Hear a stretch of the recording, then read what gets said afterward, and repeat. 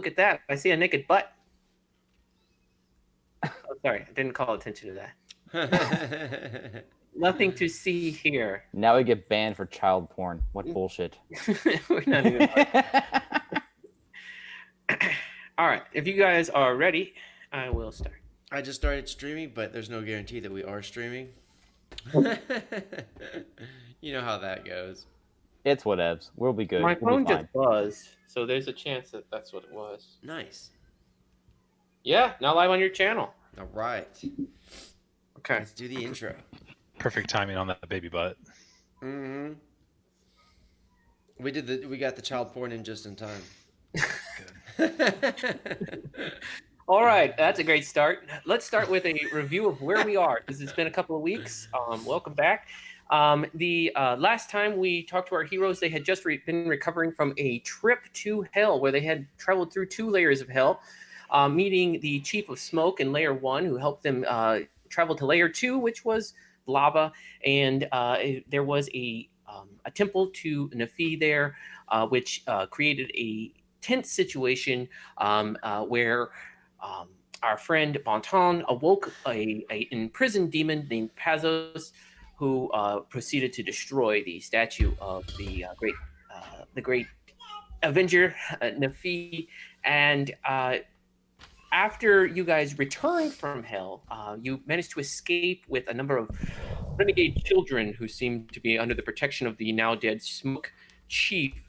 And with Bear leading the way, our heroes dragged ragtag zombie children into the camp of the Iroquois, where Shamaness Akan first called Grills to her, which drew Bear angrily to the scene, where he removed Grills from her smoke tent, only to find that Grills had been regenerated with the natural energies that created her and moved through the smoke of Akan. Now, Joseph and LC handed the children to this chiefess, or shamaness, I should say, who found an eagle's bone on Elsie's person, given to her by the Chief of Smoke. This bone was later requested by an unreasonable native woman. Elsie declined to give the stranger the bone, which led to an uncomfortable standoff with the natives. Bonton was led into a tent of secondhand smoke, where he began to hear the voices of his demonocracy that dwells internally. There was a concern that Pazos could not be controlled, and a warning that if Pazos was still alive in Bonton, all of the demons and Bonton would all soon serve him. After hurriedly leaving the camp, our heroes, with the children still in Akan's care, our heroes trekked back to St. Louis. They found St. Louis a war zone with reports of police raising neighborhoods and an active firefight in multiple neighborhoods. Chateau Manor has been fortified, built up, the windows boarded, while reports are that the mayor has ordered the destruction of part of West St. Louis, which was handled by police acting out of character. The police around here are known to be immigrant-leaning, as many of the police are in fact immigrants. However, they are also largely trusted and considered a hand of justice by most of the people here. And while the immigrants have apparently quote unquote won the first round of battles in the open street war, Auguste Chateau, leader of the nativist faction, has now bunkered down in his manor. Joe's immigrant buddy, Eamon Filoni, at Filoni's bar, seemed eager to leave St. Louis, even with the immigrant side apparently surging ahead in the battles because of there being too much crazy around this area. So John O'Fallon told Bear that Archie... Bear and Archie. Who the hell is Archie? Who the hell is that? Bear and... That would be me. Right, Archibald. Baldy. You meant Baldy. Okay, Baldy. John O'Fallon told Bear and Baldy that a substantial, quote-unquote, sum of money would be quietly made available to anyone who made sure that the mayor and the police chief were permanently removed from the current chessboard. Our heroes gathered to share information and decided an investigation of the St. Louis courthouse would be on the agenda. Joe swiped a ring of keys with his telekinesis power from an unfriendly police officer. With his telekinetic, mysterious telekinetic energies as a bear organized a 1 a.m. distraction from immigrant forces, presumably to help him act against the mayor and the police chief with Mr. Melanphy, John Melanphy. But via messenger boy, Mr. Melanphy later delayed that distraction for at least 1 day, though it did not give a detailed, did not give a specific time for the rescheduling. And I think that's kind of where we are. We're in St. Louis. Let me cut out of this. I know last time we were all having we were doing some shit in the park. We're having a picnic. Yeah, we were having a little bit of a get together in the park after Which we an almost investigation and some shenanigans over at the courthouse, and to some degree at Brannicky, the upstairs area. Grills is going to keep an eye on the courthouse and see if the police chief or the mayor go in or out. Okay, and Isaac, this is going to be a. I think we can start with this. This is going to be a GM intervention, but essentially, as you're moving through town, you see one of the few remaining sort of newspaper stations that are still getting current updates of the newspaper. And as you open it and take one, you see that a name sticks out to you. The name is Mayor Melanphy. What? This is the first time you've seen the mayor's name in print. It's Mayor Melanphy. Oh. So I've already talked to the mayor then. Is that at his own house? No, as you read further, you see that this is a Chuck Melanphy. The man that you knew was John Melanphy. Oh. Well, I need to know the relationship first then. So maybe I'll... Oh, Melanphy was busy though, wasn't he? Yeah, Melanphy also already delayed your scheduled thing. Okay. Well, I'll talk to him this is evening, right? Sure. I think it's evening. You guys are at the park, mostly, some of you? No, we just moved ourselves there for that one little unofficial kind of adventure. We went on a quote unquote picnic while we're just hanging out, So For sure. Okay. So as you guys regather, where are you going? we're at the Kerwin house, or I am. Okay. So we're regathering at the Kerwin house. That's fine. Okay. Let's call that. So you guys regather at the Kerwin house. Mrs. Kerwin is not there as you arrive, but the guards let you in.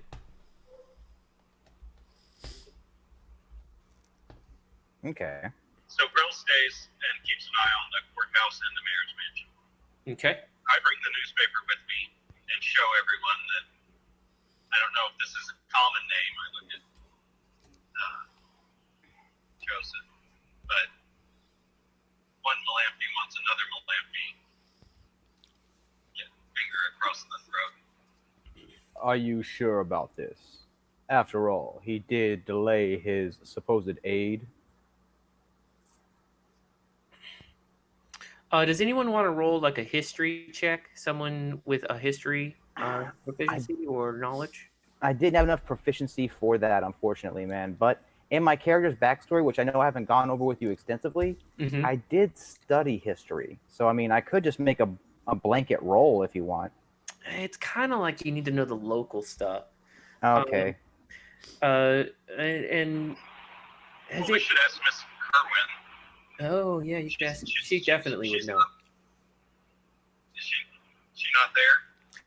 Well, I mean, she might be available if a certain person called upon her. All right, Pierre, get to it. I think that there was some books in the manor that belonged to the lore master that went over extensively the families. That's true. That's true. In the lore masters, well, not in the Mr. Kerwin's library, there was quite an extensive sort of list of things that were, an encyclopedia of history of St. Louis and other areas. Yeah, I would have headed there had I heard We're questioning. Yeah, you're lineage. quickly able to find that Chuck Malamphy, born Charles Malamphy, is a brother of John Malamphy, and the two are commonly allied in pro-immigrant causes.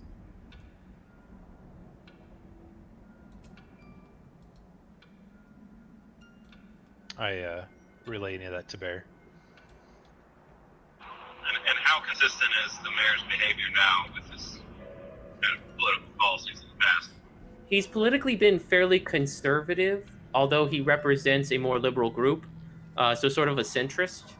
And he he doesn't take out there positions. He tries to take he's very much a politician, right? Everything's a soft position. Everything's defensible. Plausible but he's no deniability. radical by any means. Okay, I guess I'm leaning towards eliminating the influence rather than just wiping them.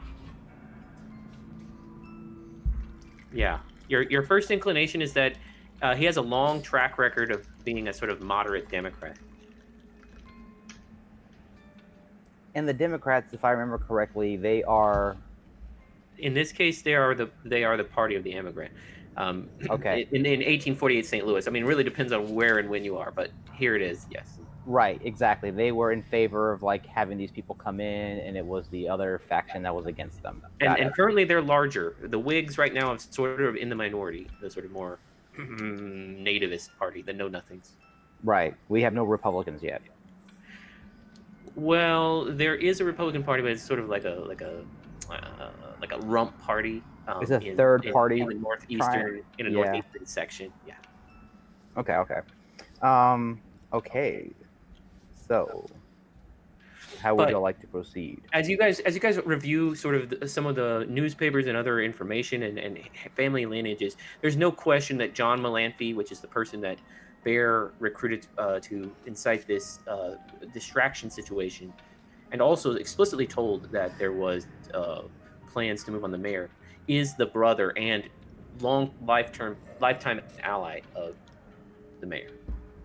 So he is probably already on the inside of that information.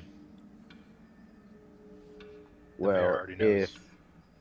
if that's the case, do y'all want to go pay a visit to Mr. John Malamphy and question him further, or should we just proceed with our plans to raid the courthouse? We need to find the source of the influence. They're behaving out of character. The police chief and the mayor. How do we find the source of the influence? Perhaps with fear? In all likelihood, it resides within the courthouse, since that's where they were all changed. Good point. Raid the courthouse. These keys that I got to the courthouse, was that from the night before? That was from the police. You it was the telekinesis police. them from the police. We did that earlier this day in game. Yeah, that was just actually that was less than an hour ago. Okay, cool. Yeah. I mean, they may turn up missing eventually. Obviously, the sooner you use them, the more surprising it'll be. Mm-hmm. But in any case, as you guys are talking here, you are graced, in fact, by a fully armored, hair done neatly, with all streaks of white now removed.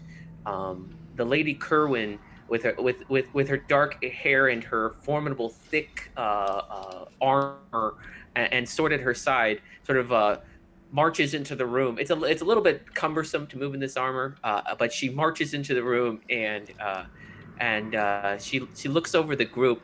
Her eyes linger ever so slightly on Bonton, but then she says, "I see that you've returned to my library.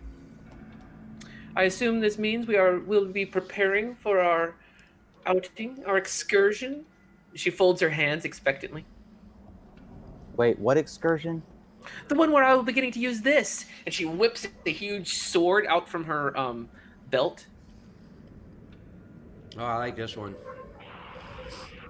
I look I at the did not rest of the think- group, and I'm just like, I do not recall us requesting anything of you in any kind of battle. Well, it's one thing to request, and I don't know who you are, sir. I'm going to assume that you have the proper clearances to be here. She looks around at everybody else. Nod. I introduced them when we were here earlier today. Oh, so she knows that he doesn't have the proper clearance. Yeah, she does. Um, Even though I have a room in her house, she knows I'm not a part of the group. I'm part of the clique. She just sort of puffs up her chest. She says, well, sir, would you mind waiting briefly in the dining area? I look at her solemnly and I say, yes. Yes, you do mind, or yes, you will? Yes, I do mind. Do you want to roll an insight check, or do you just want to take the obvious information? I'll take the obvious information. Okay. The obvious information is that she looks immediately at Joseph. And the look is one of, what's the word here? What are we doing with this guy? What's this? It's like, Joseph, it's like your insight, if you want to roll an insight, I mean, without a check, you'll know she's asking you, are we killing this guy or what? Okay. Yeah. I kind of give her a little shrug and like a head turn. Kind of like, well, you know, we're tolerating him at the moment. Kind of, you know, one of these. She just sort of bodies up on you, Archibald. She just sort of like gets up in your space and just sort of drives you back through the door. Uh-oh. Manhandling well. the Archibald. My character is not physically imposing, so... And she quite very much is. She has a low center of gravity and really gets under you. So I'm kind of like, and I get shoved out the doorway. You gotta get driven out. Yeah. Then she just closes the door gently and politely. I listen at the door.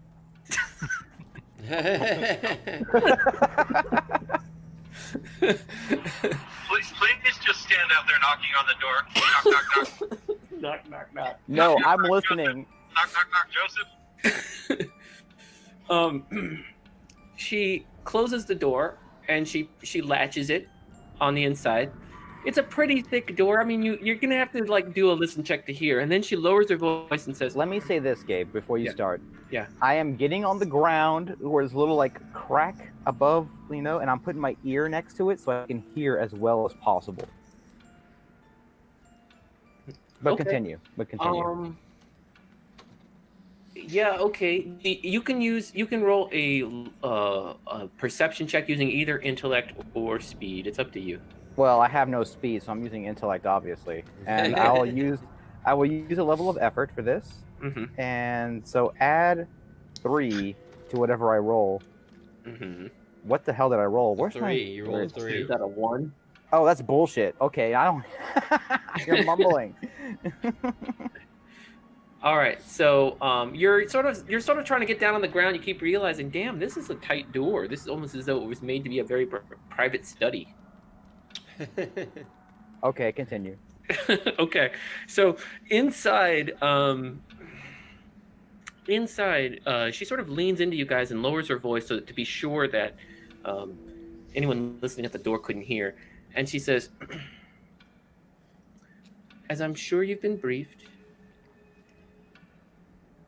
the situation has grown intolerable, and I assume you are, of course, outrank me, but I assume we will be acting soon, and I will get my chance to unleash this. And she whips out her sword once more. Well, you don't want to be exposing yourself too much. There's a war in the streets. You probably don't want to bring it to this house. Yeah, lady. Quit whipping it out for 5 seconds. Let's figure out a plan. Yes, of course. I await your plan. She stands by the side with her eyes fixated, like one. She's just like one to each, one to the next. She just sort of her eyes like fixate on you for a few seconds and then flips to the next person. Here's the deal. We think that there is a source of influence in the courthouse. We need to find it and eliminate the source of influence. We think once we do that, force will come back around, so we want to kill as few as possible. It's also very possible that the source of influence might be coming from underneath the other manor, Chateau. where we Chateau Manor. discovered a portal and all kinds of demonic influences in the basement. Now, if we infiltrate there may be a need for that sword. But that fight would be done within the manor and under the manor, and hopefully out of the prying eyes of everyone else. But we need to infiltrate the courthouse and the police station first, just to gather some information. Oh, now and there's the Malenthi Manor. It's clear that John is in on this as well. I got a question. There, Master of Demons, is your demon in on this? Which one? I don't know. Which The one big did one you that he just inscribe in absorbed? That shrine? I Which would. one did you inscribe in that shrine? So the shrine was originally it was a dedication to Moloch, but we desecrated it and then changed it to shoot, I can't remember. I think it was Rahab. There was that one. Yes, there was the one that you scribbled the rune for Rahab over the rune of Moloch, one of the original sin demons. So if there was any kind of influence on Shoto, it could be Moloch.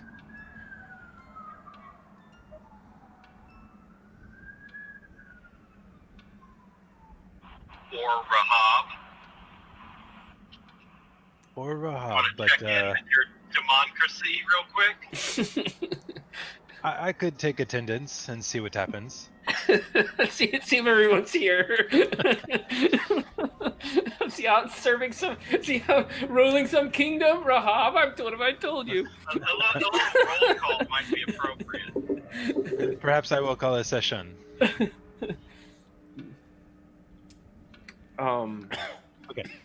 I'm gonna meditate and talk to my demons. And I'll be back in Okay. 5 minutes. There will be a demon. There will be a demon seance. As you're sort of talking, you're just outside Archibald. I'm gonna say this: this study was designed so that people could not hear.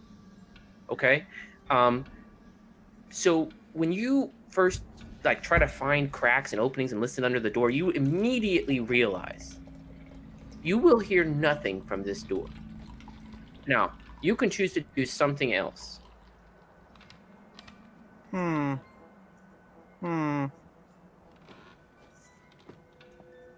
What else is there to explore? Well, there are doors here and there, as the map indicates. Can you see the map? I can see the map, yes. Okay. I guess I will go over here, and I will start investigating this room. Oh, the alchemy room. Perfect.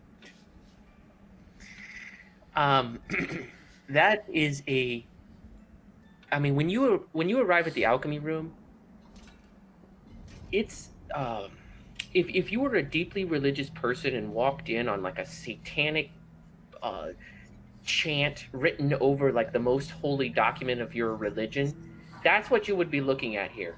As when you walk in, you see this incredible quality and diversity of potions and ingredients, and all of them have been ruined on purpose by someone, as they have been mixed together and burned and dunked in water and absolutely systematically one by one destroyed. Do I find any books? There Or are many notes? books that have been damaged badly. All right. Well, I am one to learn about the powers of my chosen enemies, so I'm going to start sifting through the books and notes and try to learn as much as I can about these, about their ways. All right. Well, that will obviously be either an intellect, chemical or alchemy check, or an intellect research or lore check. All right, I'm trained in magic, and I have training in supernatural knowledge, Okay.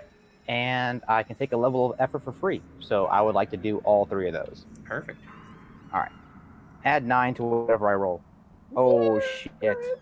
26. All right. The person who destroyed stuff didn't know what they were doing.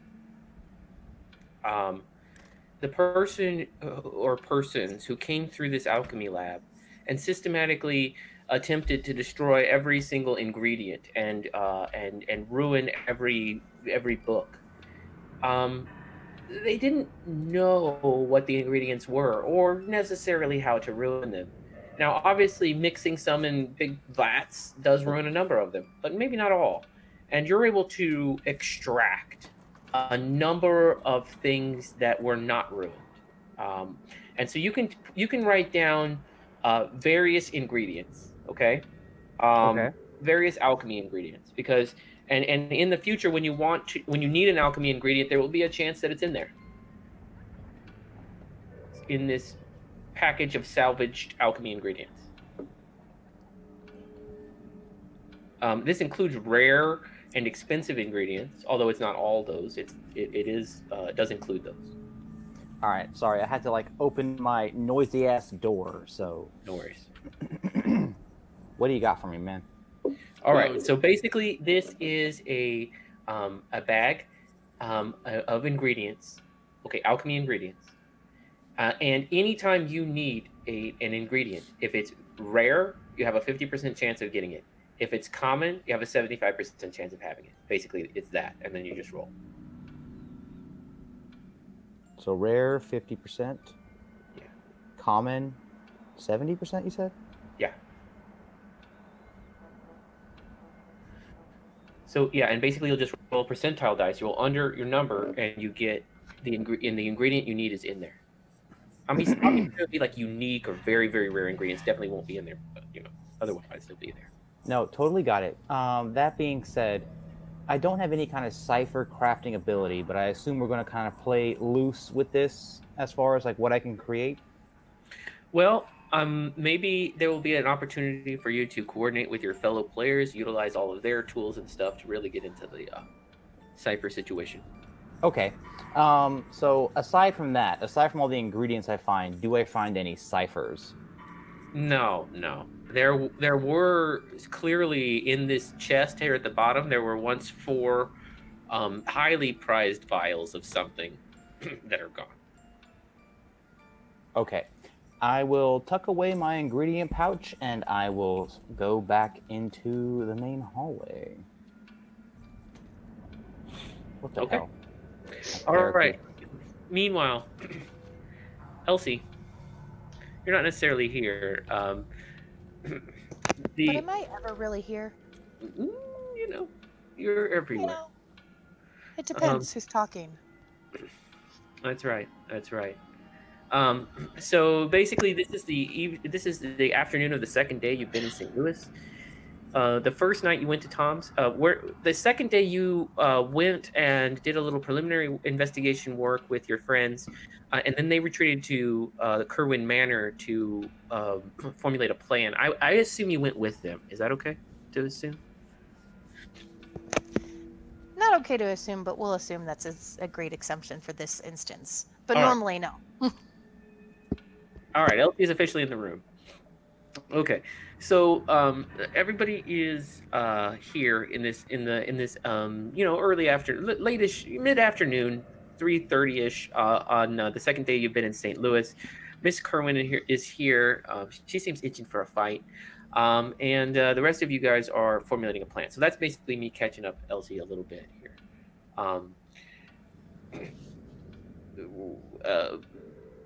And Mrs. Kerwin shut Archibald, Archie, my man, out of the conversation, so he had to do his own thing.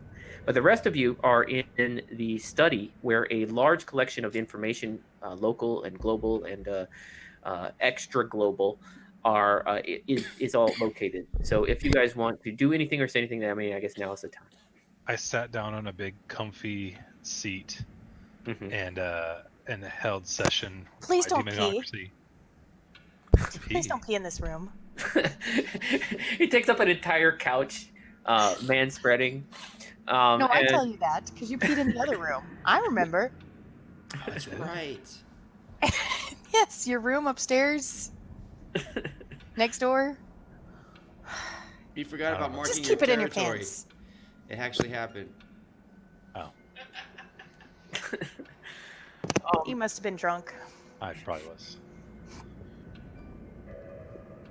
yes, you're sprawled out on the couch, Pierre de Papillon. Papillon. Papillon. Papillon. Got it. You're sprawled out on the couch. Um, you're catching just a tiny bit of a side eye from Mrs. Kerwin. The stage is yours.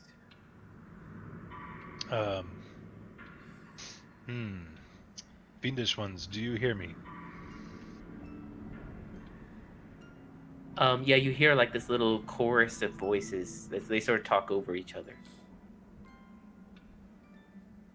I must ask a question. There is a dark influence in this town, and I know that you are aware of it. I need to know what you know.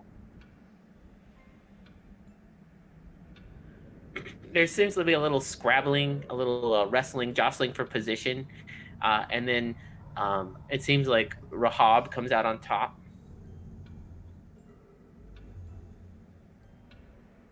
Multiple threats descend upon this doomed city. You say multiple, but I am only aware of the Leviathan, which has now been pacified. What other threats do you know of? The Leviathan was a minor issue. Oh shit. There is a rift with multiple old and new blood.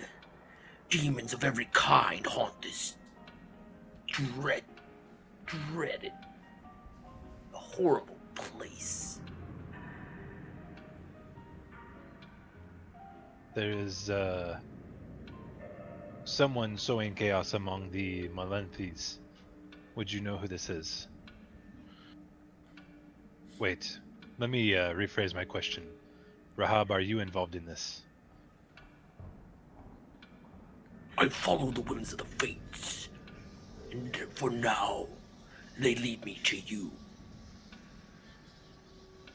God damn it, Rahab, I will rip this blade right out of my arm if you do not answer me. Give me a straight answer. I do not know what demons haunt this city. I know only that the scent of multiple new and old age creatures waft through the streets like the scent of rotting flesh. Oh, sweet Rahab, you've grown weak, and I appreciate that. The fact that you would think that I could rip this blade out of my arm shows that you are easily convinced now. I appreciate it. Consider it a show of loyalty. How are you getting along with your new roommate? There is no roommate, or at least we hope so for your sake. So I take it Pazos' influence has not become too overbearing? You'll be the first to know. You hear, you hear Anqua in the background at that. Ah, there we go. That's the Rahab I know. There's no humor in Rahab. He doesn't laugh. Well, thank you, boys. I appreciate your knowledge. Yeah, so takeaway there. They smell a lot of shit going on around here, but they can't really track it down. They're not really going to be that kind of help for you. I kind of open my eyes and address the group, the room. Well, it appears there is multiple demons at work here. Did not get a name or any strong direction of what may be causing the chaos here. One thing that does make me worried is that the Leviathan was considered a minor threat compared to this.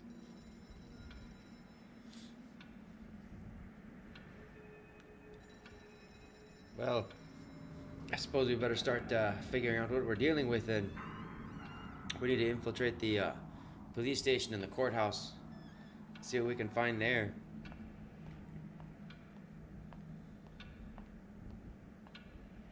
Yeah, I think it's safe to assume we cannot trust anybody. They could be influenced or possessed. Aye. Who wants to do the sneaking? It's not really my thing. You tell me where to go, I will. I We hand you discussed the- that last time. It was going to be me, Al, and Pierre. All right, I hand the key ring to you, Pierre. Okay. These are the keys to the police station. There's at least 30 keys on there. There's 2 rings. One of them is big and has generally larger keys, and one is small and has only 2 keys.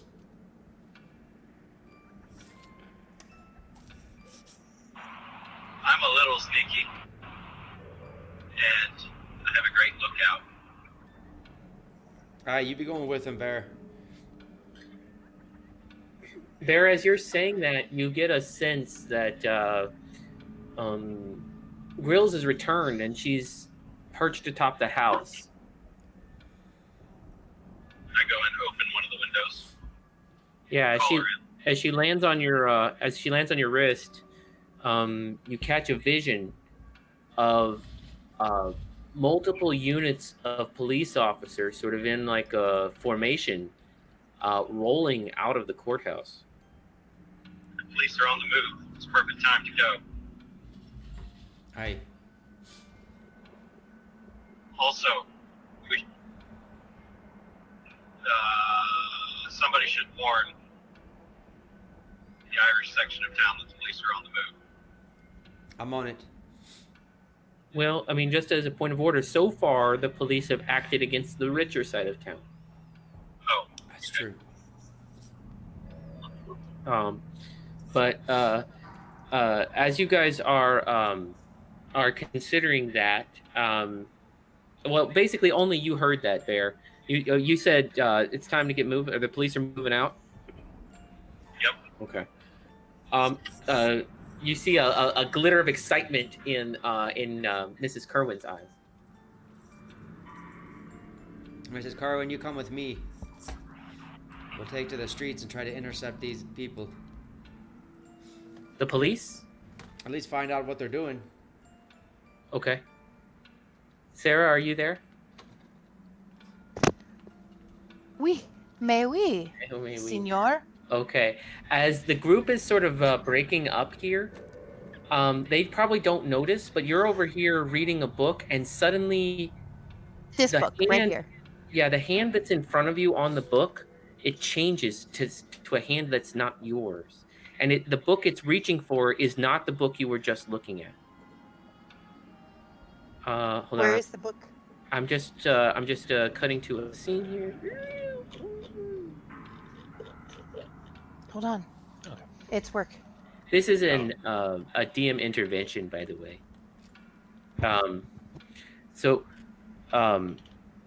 As you where is your music box? Where do you usually carry it?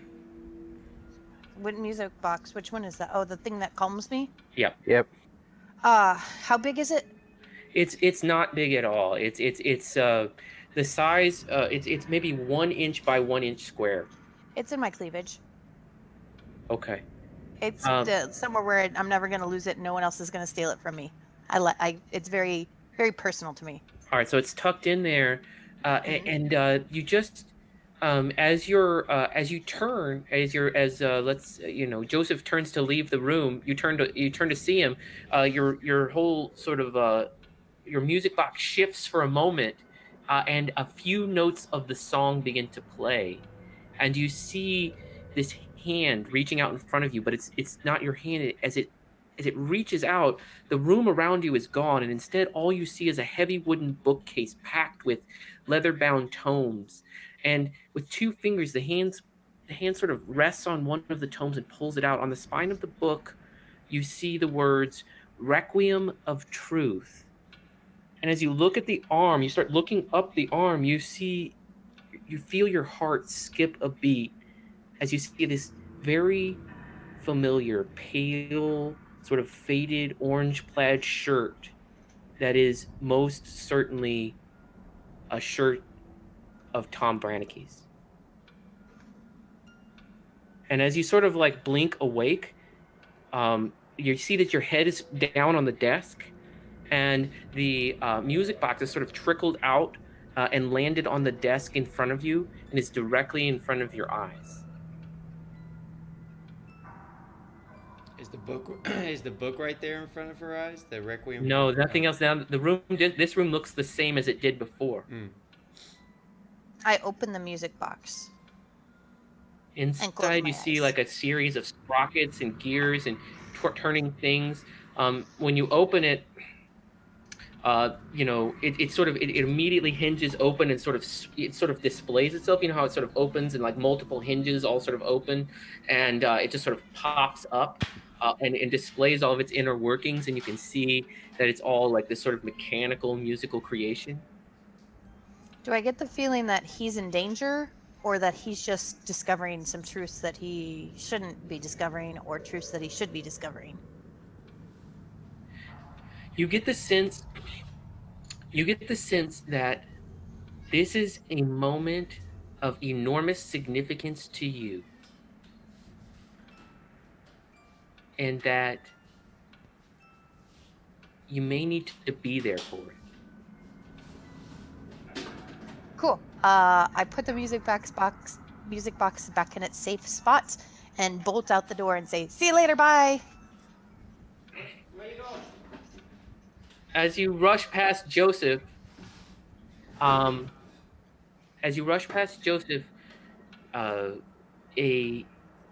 Joseph, are you there? Ben, you there?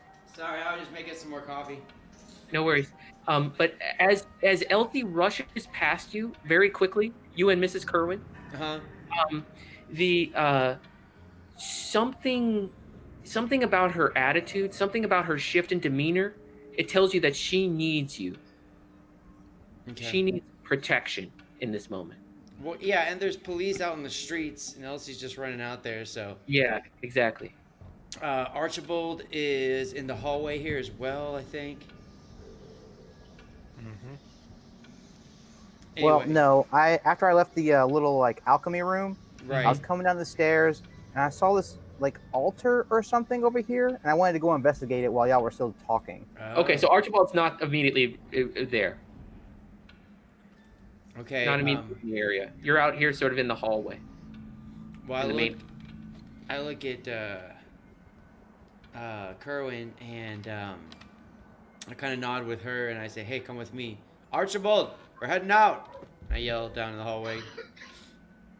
All right. Hey, Gabe, was there anything I could learn about this before they actually bust out the door? Well, you went to the alchemy thing, which is not going to teach you much about it, probably. But where are you going? Okay. Oh, you're going in this room, or you're going up here. Mm-hmm.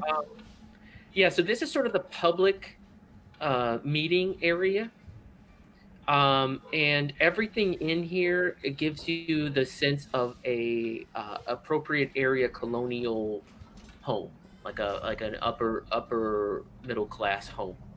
There's nothing in here that gives you any indication of uniqueness. What about the tapestry up there on that altar? Can you roll a lore check? Yes, I do know some lore shit. Now, is it magical? The tapestry itself is not. Does it anything on it have to do with any kind of magical shit? Well, maybe. Yeah. Okay. Well, I asked because it would apply if my skill would apply to it. Okay. Now, what about the supernatural? Would that apply? I think it's better than magical. I think supernatural is more important. Okay. So add 6 to whatever I roll. Okay. Shit. It's the symbol of a holy order of knights. What do I know about this holy order? You know that they are determined to protect our world from extraplanar monsters. All right. Kerwin seems like a trustworthy person. For my minor effect, do I know anything about the family histories? This is an important family crest as well. You didn't know that. You don't know the exact family, but you know that this is an important family crest from Central Europe. Okay. I hear Joseph crying out, so I'll run back over here and see what's going on. Okay. Yeah, you see Kerwin, Elsie, and Joseph in the hallway. And Elsie's like running for the door. Yeah, she seems in a hurry. Wait, what's going on here? There's police taking to the streets. We need to go see what's happening. That means they are not at the courthouse. Is that Correct. We Is that got true? people sneaking in there. You can join them if you'd like. that was always my intention? We're there in the Where- study.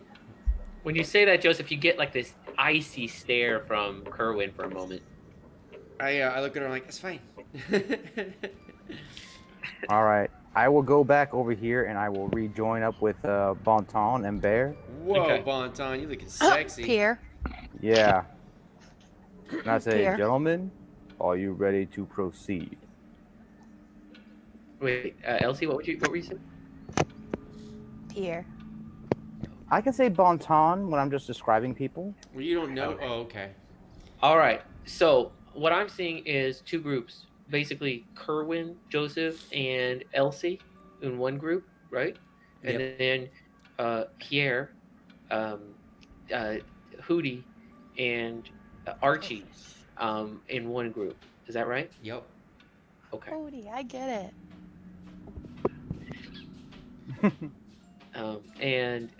So,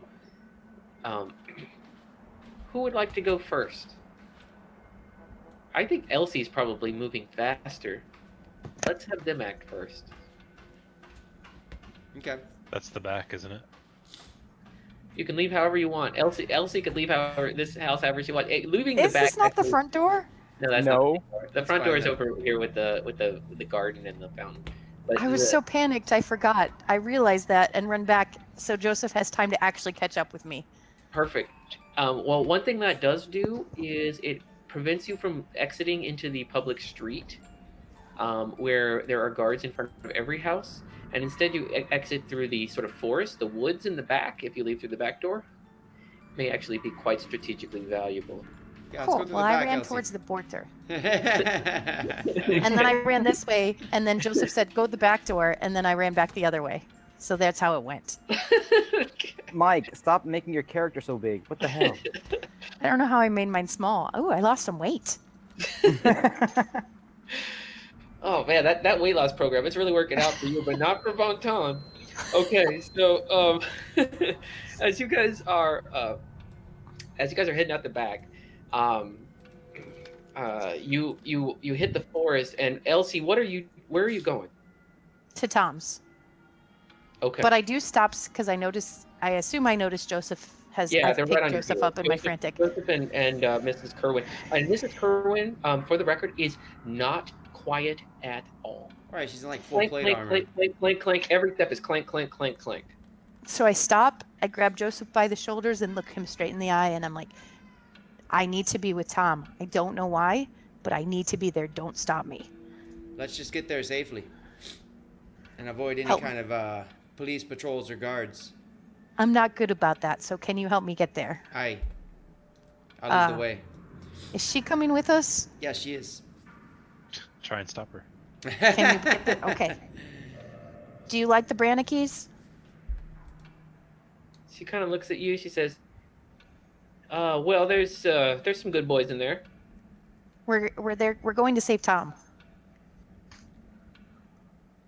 If that's what the council, the agents of the council desire, that's what we're doing. She It salutes. is what the fates tell me. Aye. Well, The if the council prophet- follows the fates. If the fates decree it, I am faithful to the end. She salutes. Yes, I salute her too. The fates decree that Tom is in danger and he needs us. And as you're saying that, she points up and she says, "Isn't that him?" And she points like way off in the distance, past the Brannicky house, headed in a quick walk towards the Chateau Manor. Is the orange plaid shirt? Way far away, far too far to call out at this point. Isn't that him? I quickly turn and say yes, and let's go. Joseph, get us there. All right. Can we intercept him by kind of going through the woods and sticking to the back alleys over? So he has a much more direct route. You're sort of seeing out, like the woods aren't that thick. Like the woods aren't very deep here. Mhm. It's sort of backyard, sort of greenbelt woods, and you're able to see through them.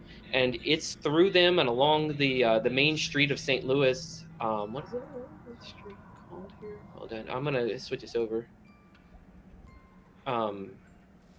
Grand. Grand Avenue, right? You see him just getting on Grand Avenue here. Oh shit. Which is quite far from your current location. Now, if we run straight there from here, Yeah. is that going to attract much attention, or? Well, you're going to be able to move through backyards and forests. You are going to immediately pass by Melanphy Manor, which is, maybe. So you will be pressing through the very near backyard of Melanphy Manor if you ran straight there. Otherwise, it would be a very quiet route, a very subtle route, because it's mostly through backyard woods. So I'd like to try something. Okay. I want to reach through the beyond and attempt to call out to Tom and tell him to stop where he is, and I'm on my way to help him. Okay. Let's roll. I don't know if that's something I can do or not, but I'm going to just kind of concentrate and try and reach through to him. All right. Well, let's do an intellect check. If you think there's a skill that would apply, let me know. Insight? Perception? Summon dead. Summoning the dead? No. I'm gonna say no to all those. Cool. That's I'll say no to all those. That's fine. My link with the beyond? Okay. Okay, that's perfect. Link with the Beyond, maybe. No. Not today. No. In fact, as you look up, you see him disappearing. There's too many trees now in the way. And he's going to make, there's no way, like even at a dead sprint, he's probably going to make it to Chateau Manor before you. Like right here. Yeah. All right, well, we need to hurry up because he's going to get there, and this isn't good. All right, yeah, we just start hauling ass there. I'm trying to avoid. I think. Well, should we just go run straight down the street? Who's gonna see us if we run straight down the street? There's people Well, it's here. pretty empty right now. It's dead outside. It's what? Just run. Okay, yeah. Cool, I hear you say that out loud, and I don't hesitate and start running straight down the street. Okay. So I don't let us think about it. I hear you say that that's an option, and that's what I choose. All right. Well, me and Miss Kerwin, I look at her and I start hauling ass in that direction. I mean, you might as well be clanking. I mean, actually, the slowest person here is definitely Lady Kerwin. She sort of has. She sort of gets up to a pretty manageable top speed and then sort of sticks at it. She can't really slow down or speed up after that. Got you. So you guys are making some double time down Grand Avenue, pretty obviously. Mm-hmm. And as you sort of get to Grand Avenue, maybe here, you guys all do see once again that orange plaid shirt. It moves around a wagon that's parked outside of Chateau Manor, and it seems like it's moving straight for the side door of Chateau Manor. Tom. It's probably too far to call out. I mean, you'd have to be screaming, and he'd have to roll it. Like you'd have to be lucky.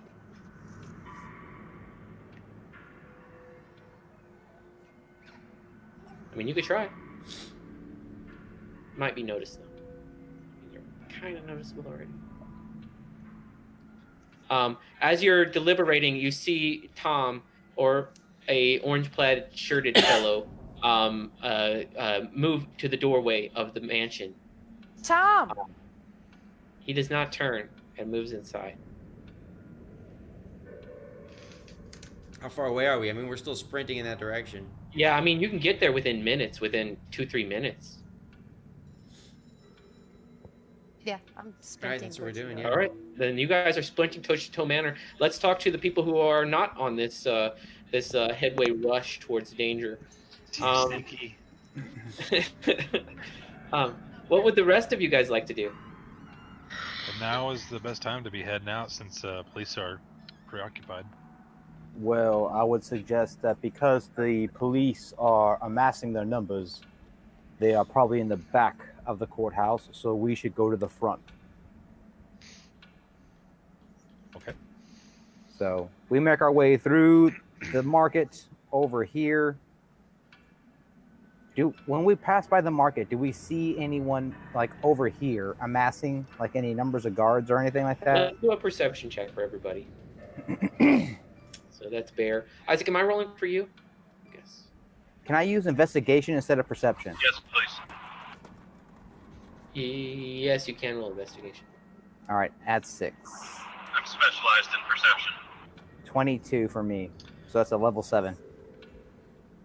All right, so everybody is everybody. Everybody notices a few things. First of all, there are multiple units of police formed up behind the courthouse. There are also units of police that have already started moving towards Grand Avenue, towards the east.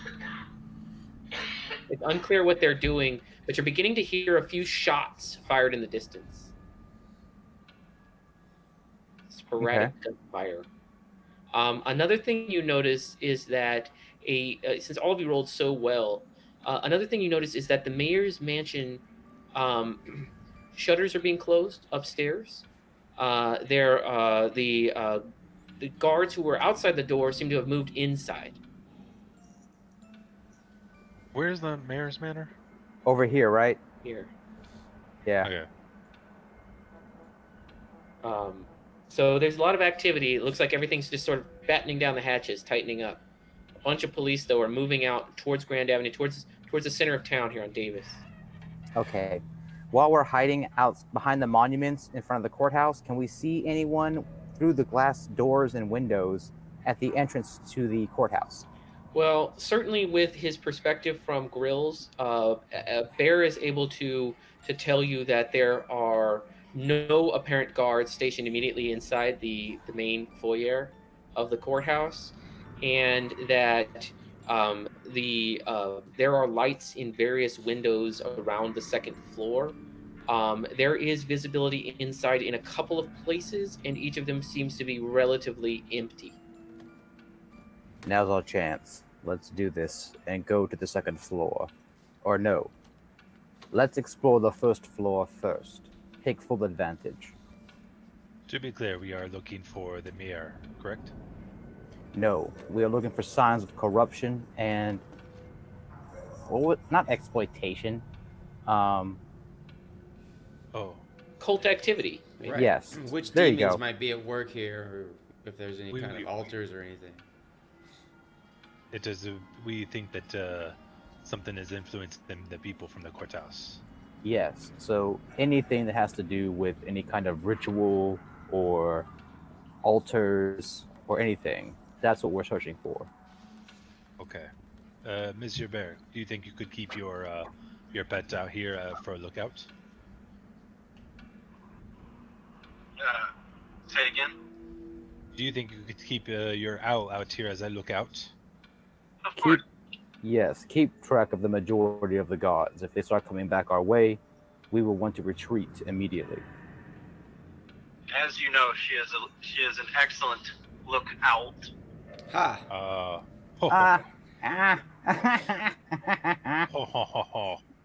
Okay, we stealth our way up to the door, open the lock using the keys, and get inside. All right, you guys go inside the courthouse. Once you're in Yes. there, you notice that the DM's not around, and that There is a large demonic glyph painted on the floor. It says, "You shall not pass." Easily scratched out, and then it turns into a pile of gold. Yeah. Pierre, Oh. you replace a glyph, an important one, with the name of one of your demons that possesses you, and release I yet put another demonic Milo on entity there. onto the world. I thought he was going to name Archibald as the DM so we can proceed. What were we talking about? So we're sneaking up to the courthouse and using one of the 100 keys you gave me.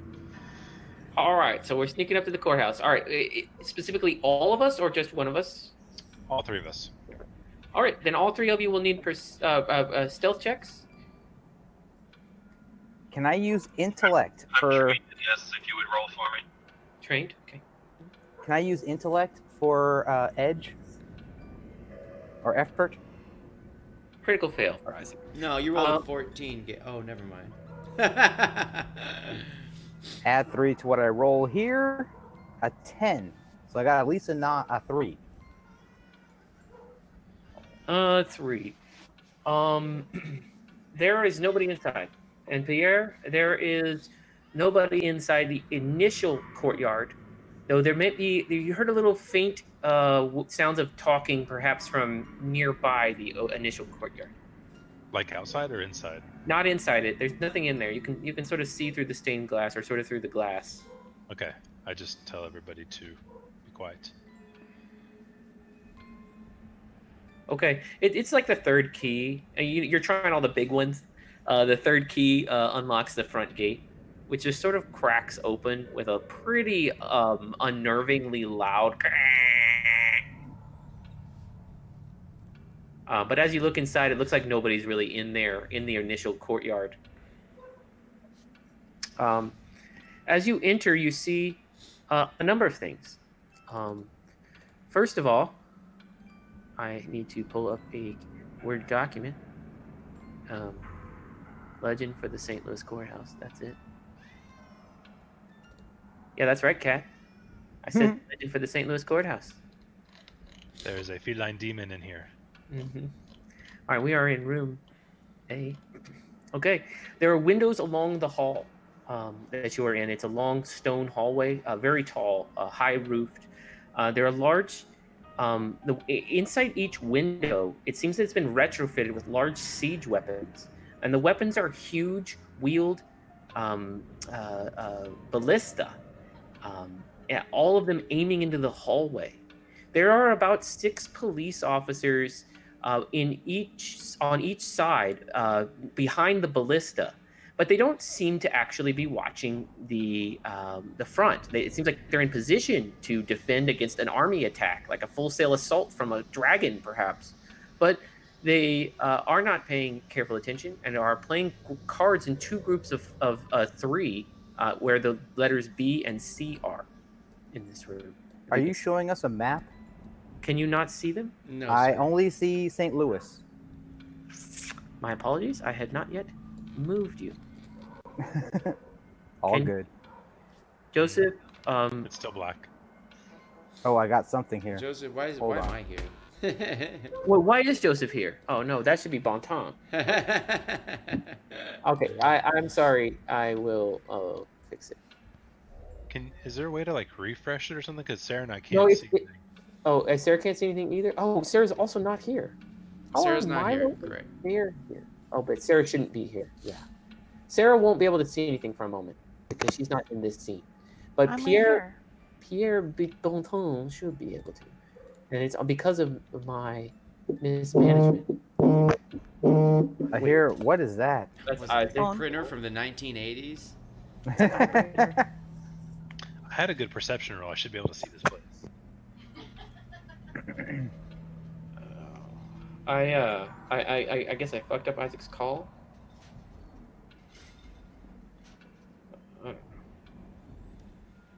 And for the purposes of the stream, you might want to put my character in there just so that way the Yeah, that's right. viewers can see what's I'm going just gonna on. put every character in there so you guys all can see. I'm just gonna be the cameraman. All right. Let me. This is gonna take just a quick moment of me trying to figure out how to do this. So who's missing? Elsie is not there. But I'm just gonna put everybody there Okay. so that we can all see, just for narrative. fun. Yeah, but it's me, Bear, and Bonton.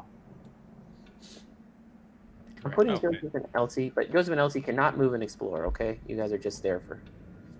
Moral support. We're there in spirit. And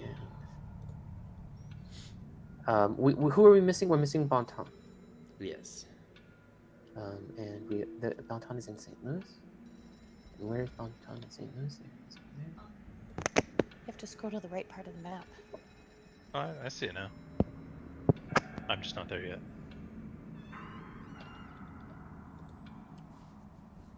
All right.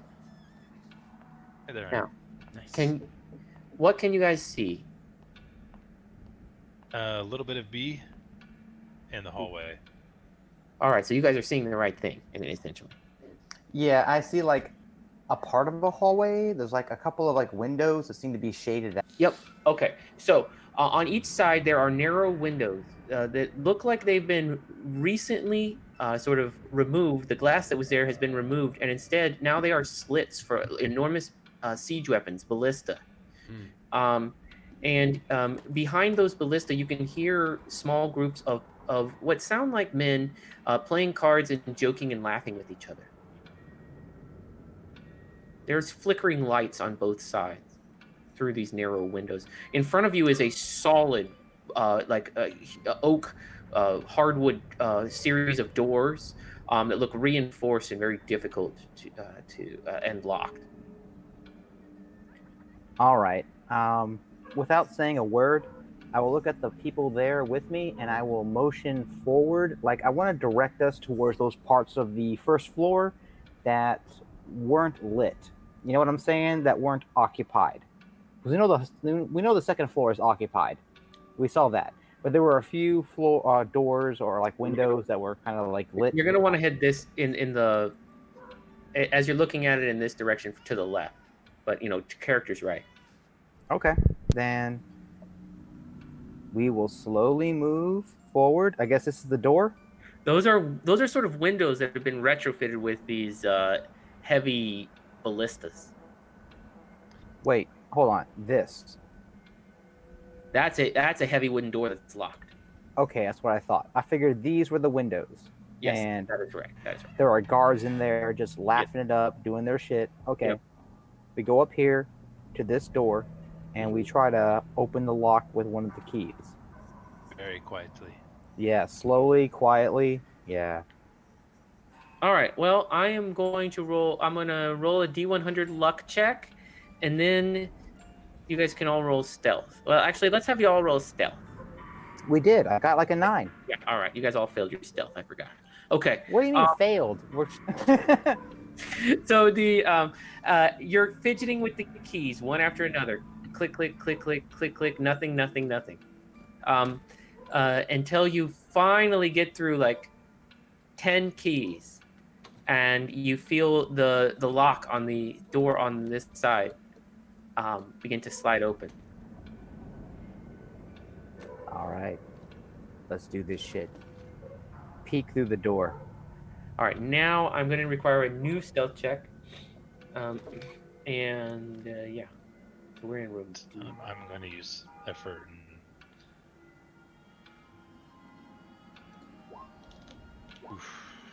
Ooh, another 3. Another level 3. I get to add 3 to that. Oh, wait. I have my fucking things down here. I should be using those. Level 3? Well, I add 3 to my 7 because I'm trained. So that's not... Okay. The difficulty level is 4. You should have told us that shit. Okay, well, the difficulty level is 4. Okay. As you guys are sliding open the door, everyone is right there, right? Bear and Pierre and Archie. Yep. Okay. You don't immediately see anything. The next room looks lit by candlelight. There's a flickering light through the crack of the door. It's completely silent in the next room.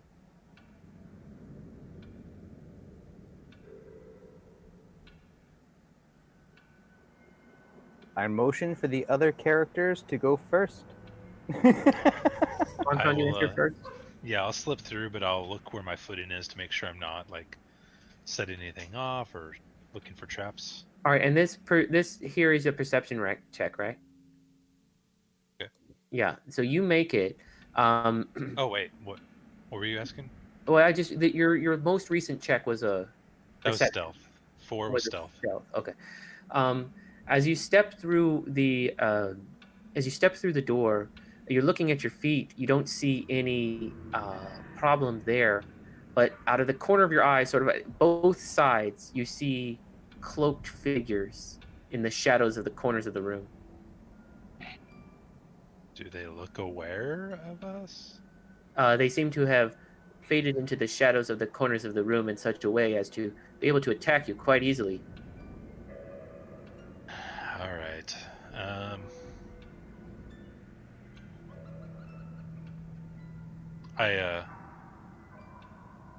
I guess I just point them out, not to alert that there's people with me, but more of to bring attention of where they're at in the room.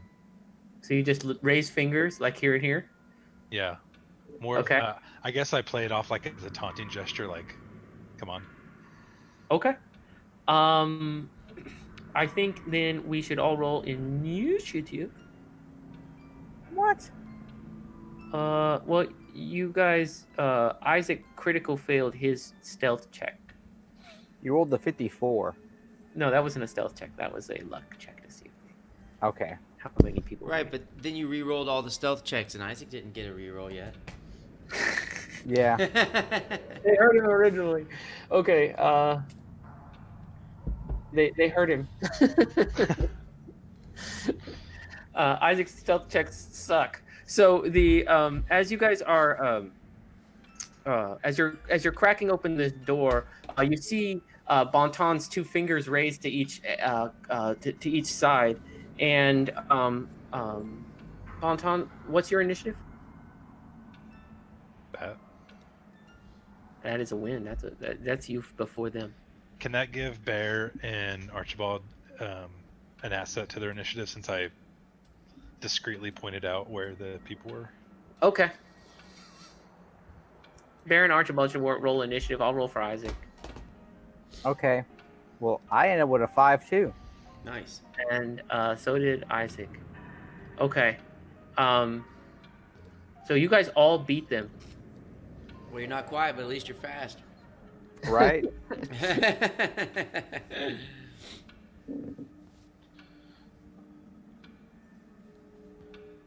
And Bear is also a 5. Okay, so all of you are before them. They are a 4. Ooh, Isaac got crashed. Did we lose Isaac again? I don't know. I dropped him on the thing again. And this one is going to be called Cultists.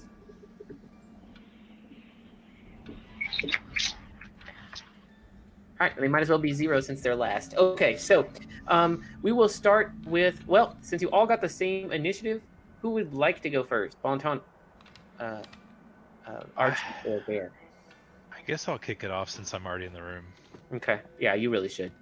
There are two red-clad fellows. They're in the shadows. You can't really see them, but their cloak seems to be this rich, dark red color with yellow sort of insignia. Well, before you do this, I will just tell you right now, you see Archibald like fucking just bolt for the door and get the hell out of this place. Oh, okay. So make your decisions based on that, bro. Fair enough. But at the same time, you would have some awareness of his fight or flight response. Yeah, exactly. I'm getting out of the fucking room. That is quite the tactic that Archibald is initiating here. Perhaps he has a master plan. Well, what's your master plan, Bonton? You decided to go first. I am going to kneel down and drop a couple daggers out of my coat. Not my demon blades, but just my regular daggers, and throw them both at one of the guys in the corner. Okay.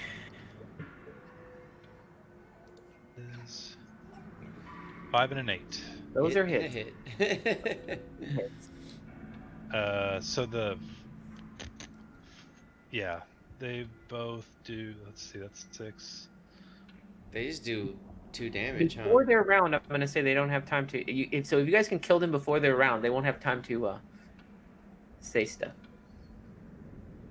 So that was using an ability called Pierce, which does an extra point of damage. So it's 6 plus the 19. I guess the minor effect, what that does is it, for my type or whatever, it makes them flee in terror for a round.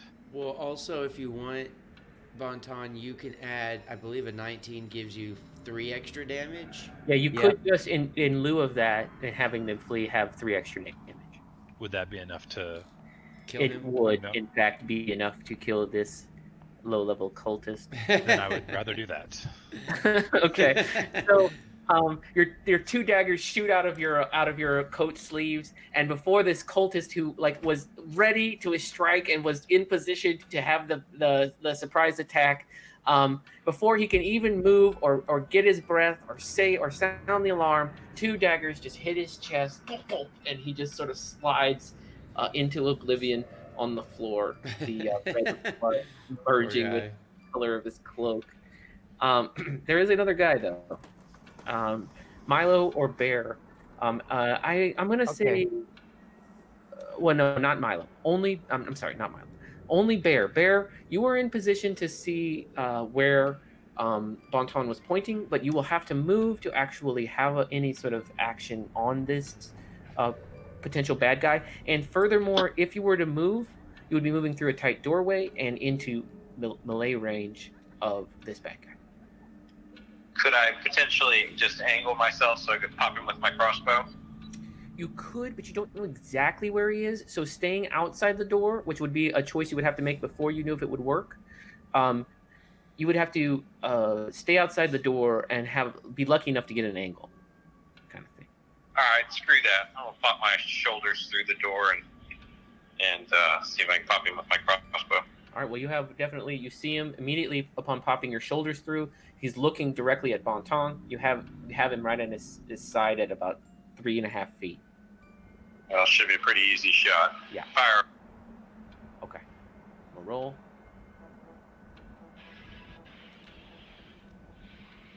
All right. You rolled a 6 on the d20. All right. What's your skills with this thing? Oh, I don't think I have any. Okay. Your crossbow bolt just slams into the wall. Oh. You've used your move and your action. I think it's their turn. No, wait, hold on. Archibald can go. He's nearly out the door. Okay, can I get out the door and then jump on the roof using a spell? Can I do an action? Is my point. I'm gonna say you were not far inside the room when this encounter began. I'll allow it. Okay. Excuse me. I get outside the door, run a little bit to the left, and then I jump on the roof. All right. This is a towering building of multiple levels. I have a spell called with Far arch. Step, which allows me to just basically move a long distance with the cast of a spell and land safely.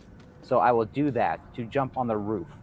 How long a distance? Because the roof is about, well, at least like this, the shorter area of the roof, probably about 65 feet. It's a long distance, which is 100 feet, so I can land Okay. safely. Nice. Okay. All right. You just like sort of levitate, I guess, kind of feeling. It's like the jump spell. Okay. So So you I just just- sort of just sort of move, just just sort of decide to move like a robot, kind of decides to leap from this point to that point or something. Now he Exactly. jumps. He literally Yeah, I jumps just jump, and I'm up on the roof now. He's like a Perfect. vampire. Pops outside Yep. and jumps up. Oh Like my like enemies. those super strong vampires, and they like from their POV, it's just like boom. They just leap. Exactly. Yeah, exactly. Okay. So you land on the roof gently or like with a smash? Gently. Okay. His bones couldn't take a smash, Gabe. Nope, I'm Right. weak. I'm weak as fuck. All right. You land up here on this sort of domed roof of a room. A domed roof? Yeah, it's a domed roof of this main hallway. All right, cool. Well, what- I guess that's my turn. I'm on the roof now. Right, now it's his turn. Well, this one shouts. He yells, "Help! We're under attack!" And you hear all kinds of activity begin to scramble from nearby. Bear, you notice that police who were moments ago sort of uninterested and chattering loudly, have immediately hear the heavy sounds of footfalls as they seem to be manning stations.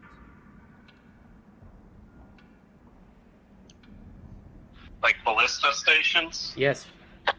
Bear, you need to get out of that room. Well, Yeah. you'd have to walk through like a gauntlet of 6 ballistas in order to make it out at this point.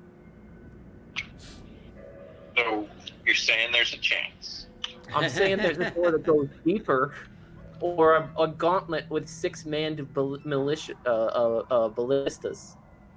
Go deeper and hide, bro. Go deeper and hide. You know what might be fun? Dynamite. All right, we'll go deeper. Can we just bar this door? Can we block it with anything? I mean, you can lock it from the inside. It was designed to be locked from the inside. The next series of doors is also sort of bunker-style doors into the next room. Okay. They're locked though, and Pierre is already over there with with the keys. What happened to our crybaby? You gotta kill the second guy first. Oh, that's right. I'm sorry. Yeah, there's a second guy in here. He shouts out. He uses his turn to attack you, Bonton. So you'll need a deal for speed defense roll.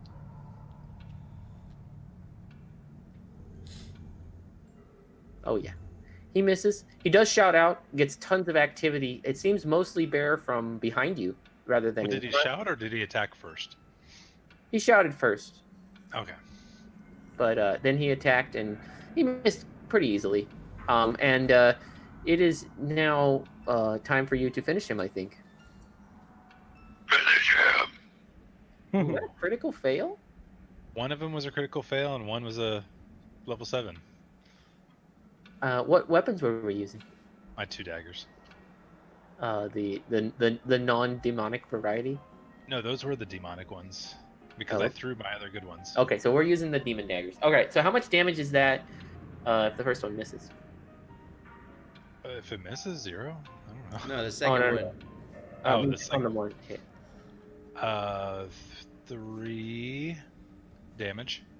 Okay, so these flaming daggers emerge from your hands.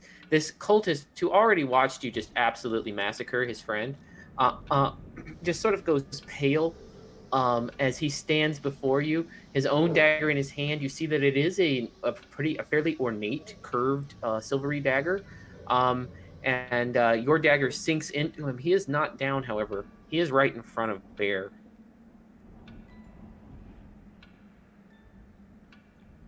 Bear, would you like to go? I mean, we can do you guys inside and then outside Archie here. Alright, I'll just stab him with a fucking Bowie knife. All right, so There you go. proficient in that? I don't know. I use it for skinning all the time. You rolled a 19. So I'm going to just give you the extra damage so that you go ahead and finish this fool. And you, Bear, basically, he just sort of freezes up in front of you in fear after watching Bonton just absolutely murder his buddy. He shouts, he manages to get a croaking shout out that alerts some of the guards. But then you just absolutely fill up his chest with a Bowie knife.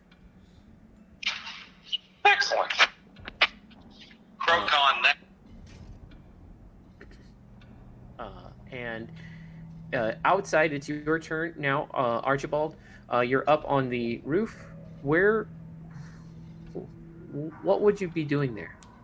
I move like a few steps up the roof, and I cast a second spell that basically emits a small green laser that starts cutting through the roof to create a portal large enough for me to actually fit through.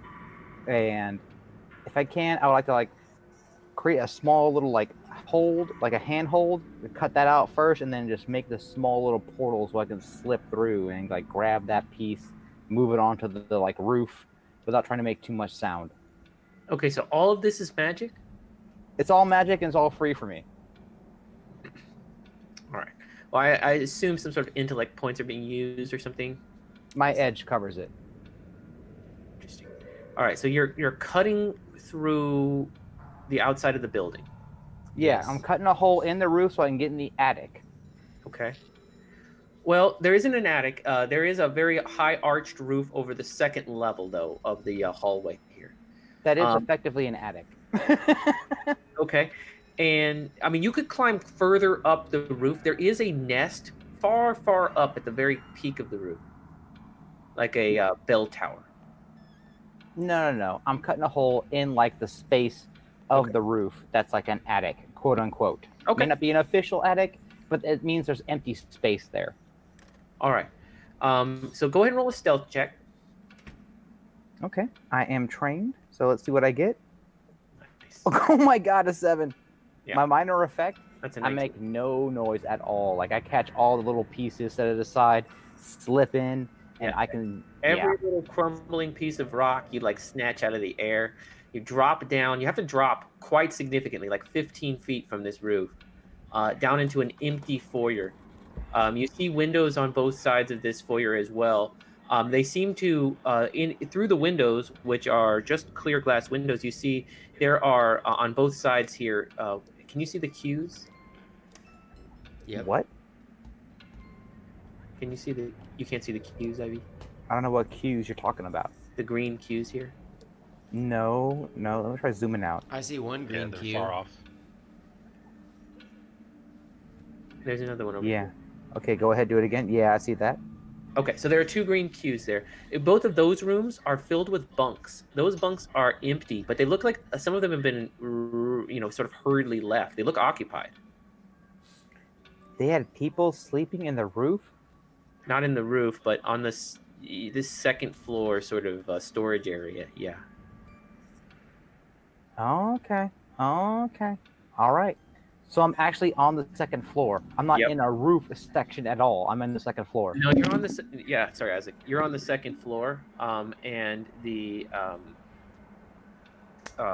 you're looking at basically a mirror of the first floor to some degree, but then it's been outfitted with like cots and stuff packed in here.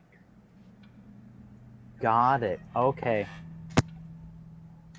All right. I am going to use the rest of my movement to kind of. Well, I've already made my stealth check. I assume I did everything I can do at this turn. So I'd like cut the hole, get in, and I guess for my minor effect, can I claim an asset for future like investigation rolls to see where people are? No. I think you've used I think you've used all of your available things for this turn. Okay. I was able to. Let's cut now to Chateau Manor. Okay. All right, where Joseph, you and Elsie are rushing towards the manor. What would you guys like to do as you approach?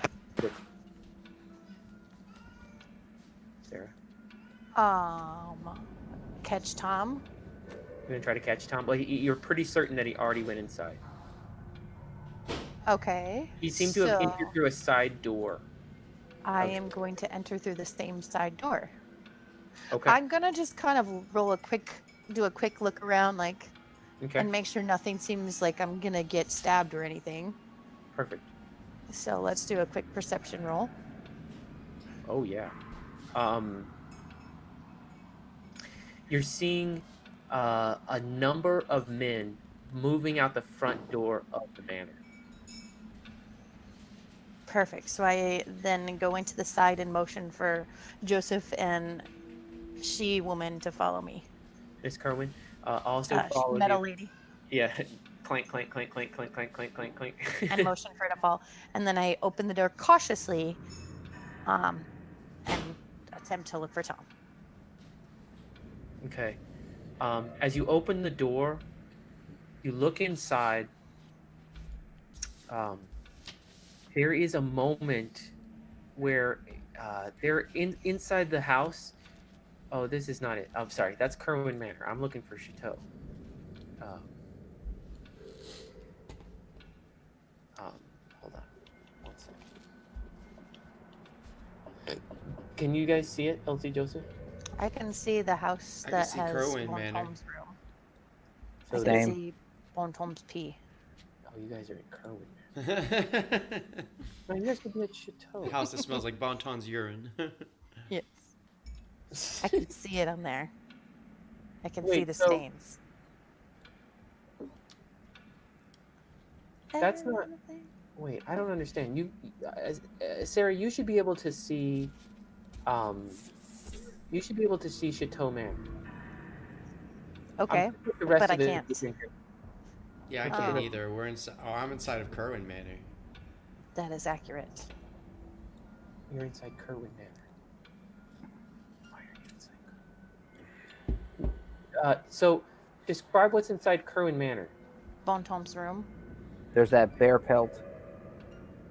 Yeah. Okay, so that's what You you guys we are just looking came from here. You know, Yes. Yeah. the weapons room and everything. I see Emma's blood. Yep. at. Really? Okay, I'm gonna try switching it up again. Nope. Nope. Nope.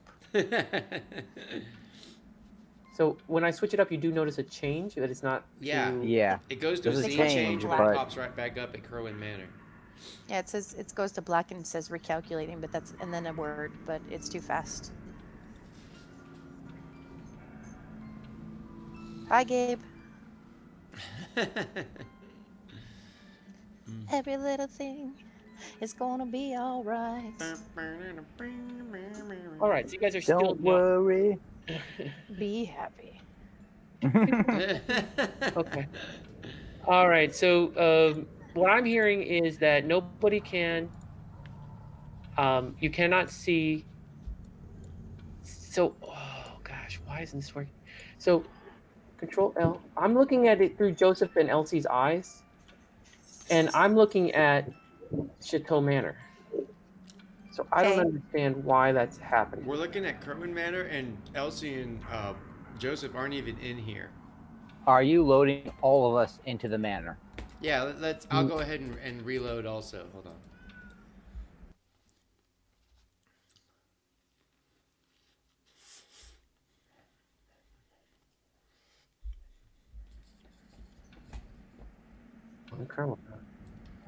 All the characters into it.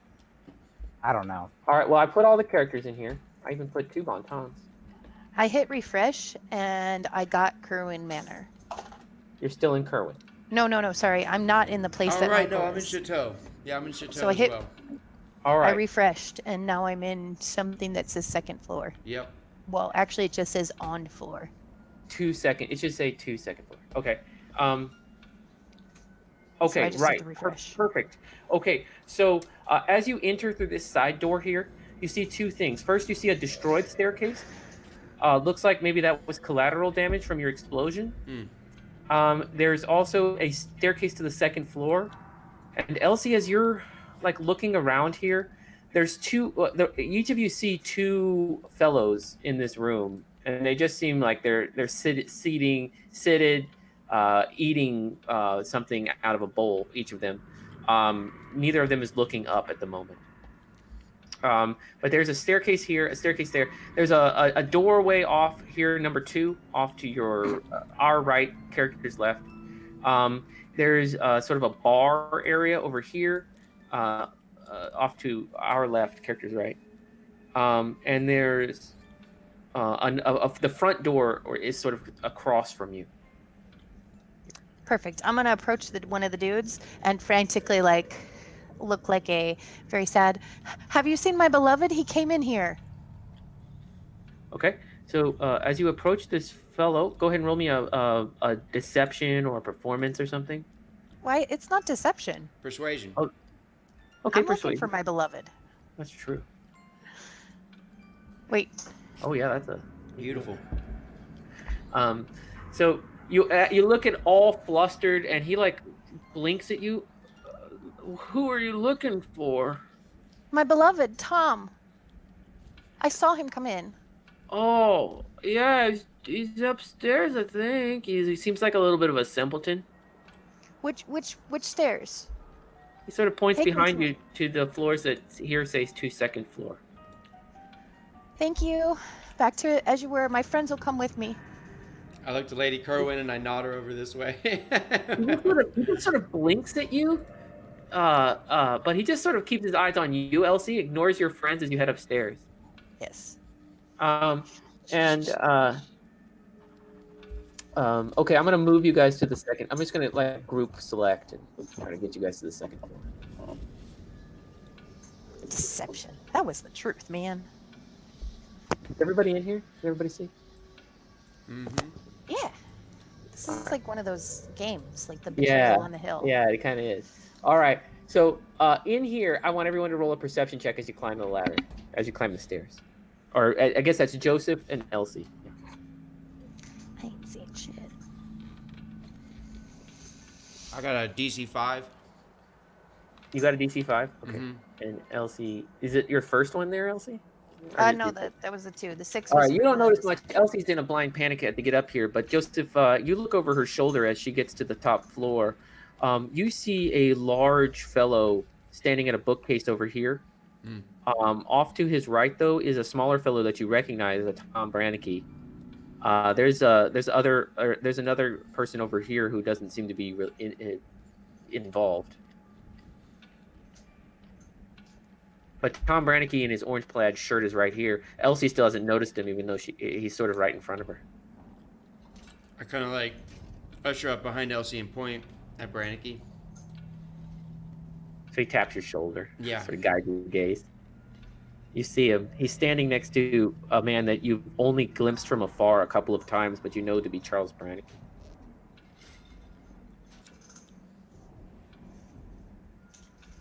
Elsie, are you gonna The approach? two of them are standing at a desk, and Charles Brannicky is pointing at something. I see them. Yeah. I rush over. Charles, you're okay. And I give Tom a kiss as I'm saying that. So the big man turns sort of as you approach, and he seems quite surprised. A look of intrigue passes over his face for a moment,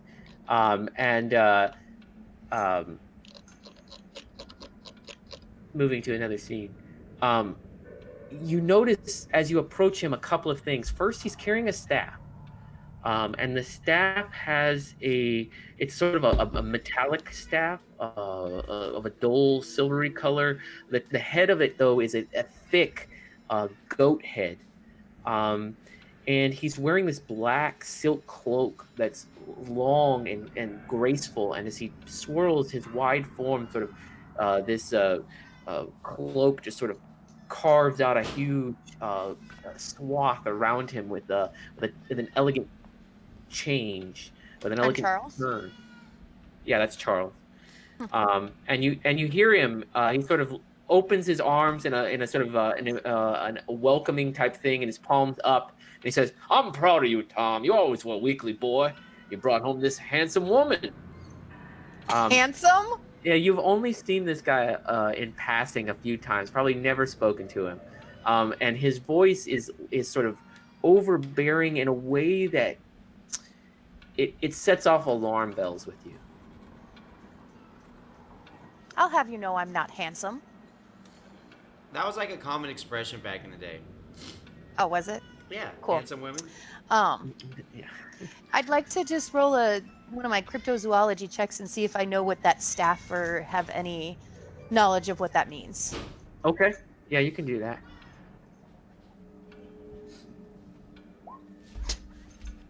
Apparently, I don't know that. No, but as you're staring at the goat-headed statue, you swear you saw a little flash of light in its eyes, and you hear Tom. He's sort of speaking to his dad. He says, "Dad, I'm not a weakly boy. I just like to read. I like to think before speaking." Shut up, this boy! is the dad? Talking to the beautiful lady. And he turns and he says, "You a huckster, Missy? A divorcee taking advantage of a weakly boy?" What? Joseph kind of laughs under his breath. No, what? I just give Tom a hug. I missed you. And I whispered to in his ear, I think you're in danger. You think you're what? I think you're in danger. I whisper in his ear as I'm hugging him. He sort of looks a little confused. He says, "Dad, this is Elsie. Elsie and I are considering our future. And I would appreciate it if you would take a step back and you can tell he's like really mustering all of his courage to say this. And his dad just sort of like totally shucks him off. Oh, come on, boy!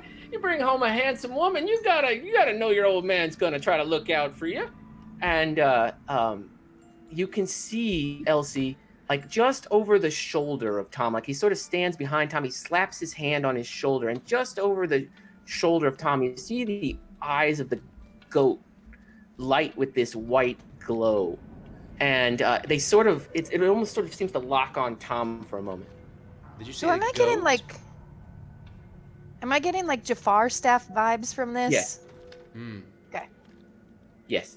You're getting a very naughty vibe from that staff. And Joseph, frankly, you are too. Well, I don't think I could just plain out smash it. As you're considering, Tom sort of, he just sort of quiets for a moment, and then he turns, and across the room, at the far side of the room, you see there's a lot of bookshelves, and those bookshelves are the ones you saw. They're these heavy, dark wood, filled with leather-bound tomes. You see Tom begin to walk purposefully in that direction. Well, since I'm hugging him, Or he sort of breaks, or he sort of turns in purposefully in that direction, let's say. So I follow him holding with his other hand, like I hold on to him. And as he reaches for the book that I know he's going to reach for, I use my other hand to help him with it. So we pull the book out together. All right, roll a speed check for me. Defense? Nah, just a speed check. Not really, no. Okay, I just want to make sure. Yeah. Oh yeah.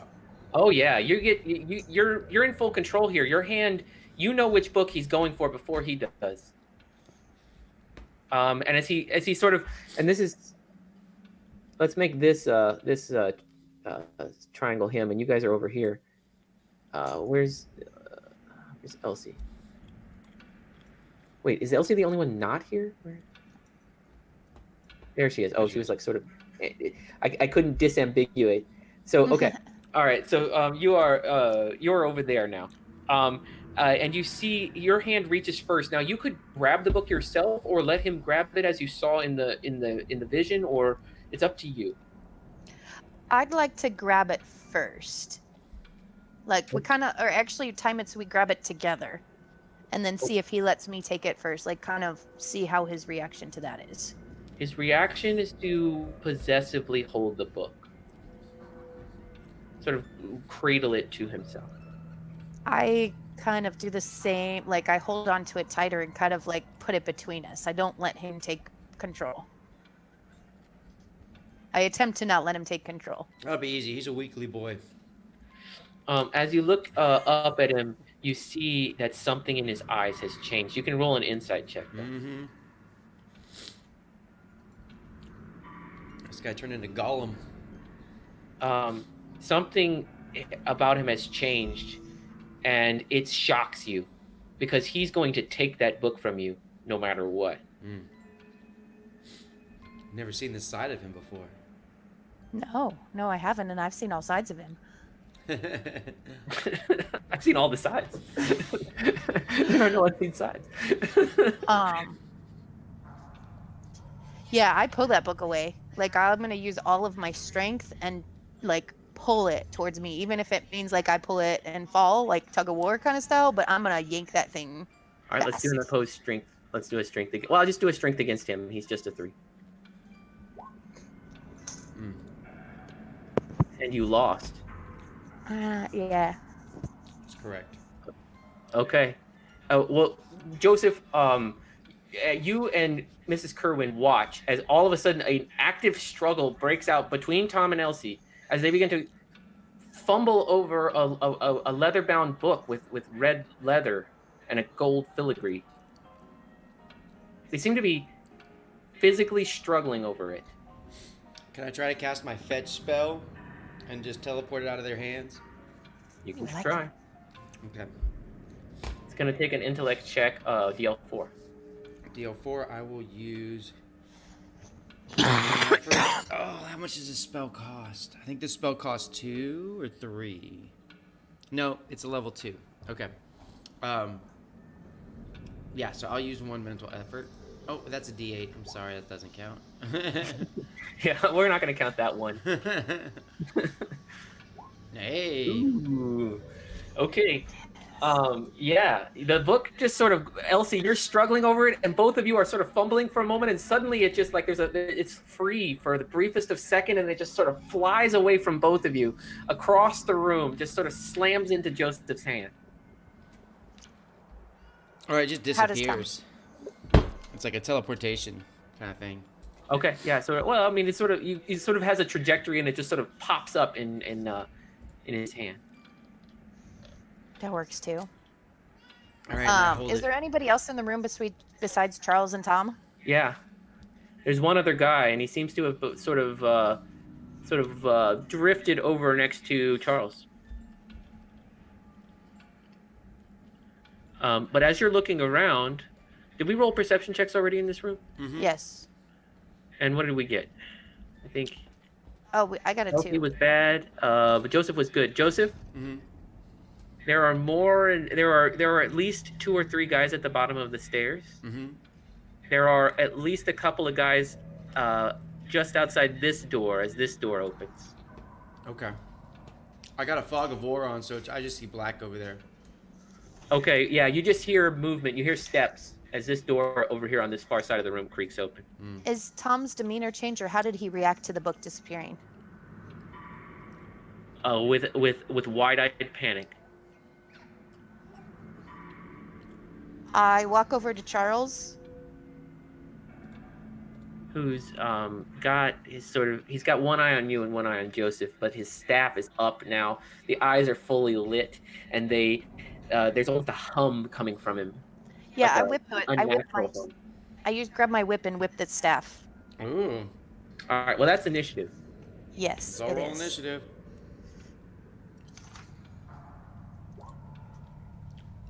Not a great initiative for Joseph. Wait, Oh, wait, but I'm do gonna I get actually like a use the surprise initiative. attack since I'm starting this? He's not surprised. Boom. Looks like Joseph, you're gonna get to go first. Well, no, that's not true. You don't get to go before Homeboy. So Charles gets to go first, then Joseph, and then everyone else, other cultists. Okay, so we're gonna go with Charles. Wait, Yeah, hold yeah. on. Where's Elsie in that initiative order?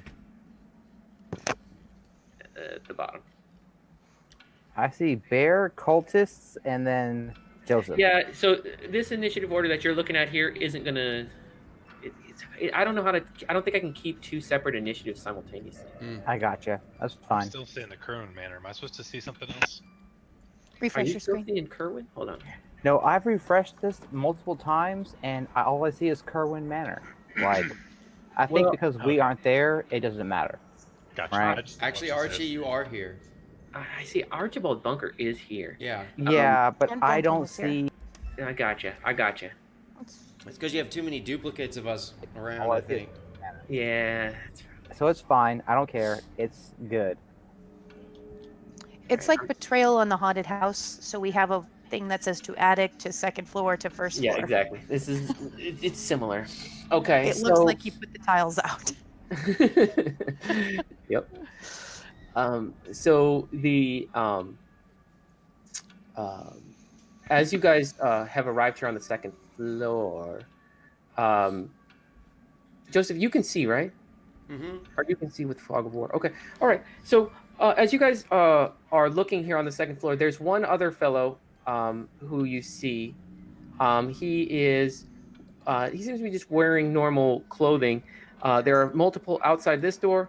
There are 2 downstairs. And in the initiative order, it will first be Charles. And we will have him go first and see what happens. Why can't I open this? Sorry, I'm trying to open my. It just will not pop up.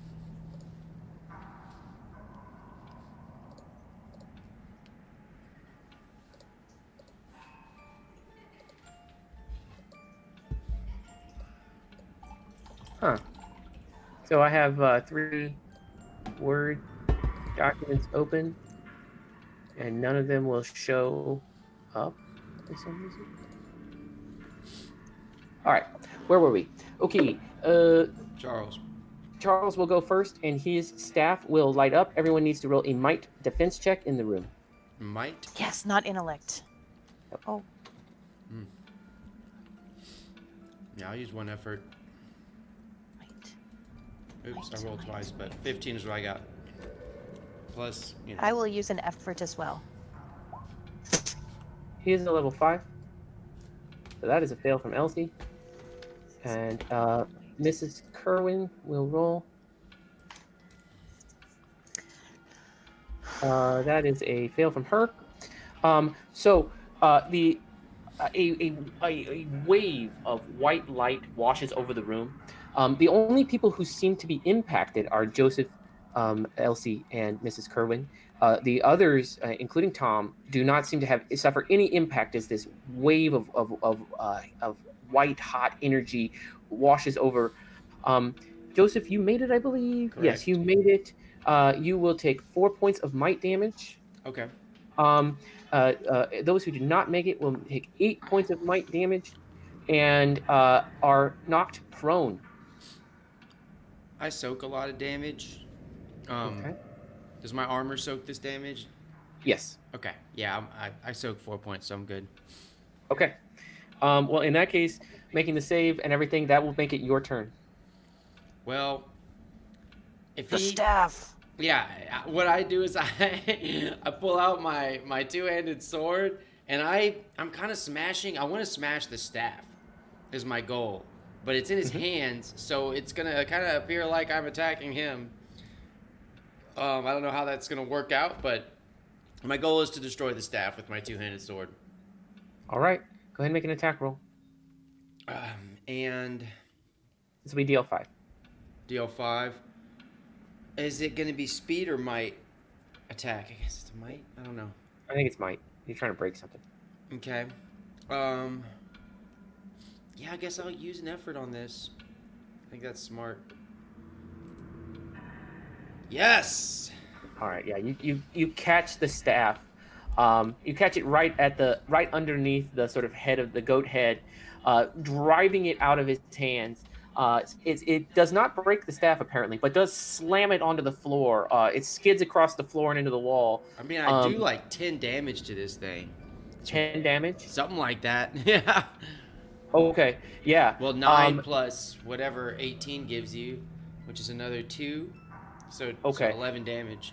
So your sword, it warms with the divine power, and there's a lot of similarities between the divine power that you're using and the one that just struck you.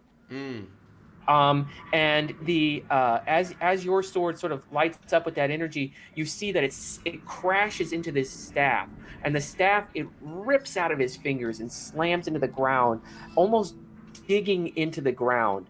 But the staff itself looks completely unfazed. Nice. Okay, can I at least kind of step on top of it, move myself to where Yeah, like you're gonna have to go through me to get this staff. You can move between them and the staff easily. Okay. Yeah. So you sort of step in front of them as their all eyes fall on the staff. You step in their path, and that will be your turn. Correct. So then it will be cultists. Okay, so cultists are going to spend their round, and there are going to be 5 of them. 2 coming from here, and 3 coming from here. In addition to the cultist next to Charles Brannicky. So there's 6 total cultists and Charles Brannicky. These 5, though, all spend their turn moving. This one spends his turn attacking you, so that's a DL3 speed defense roll, as he whips out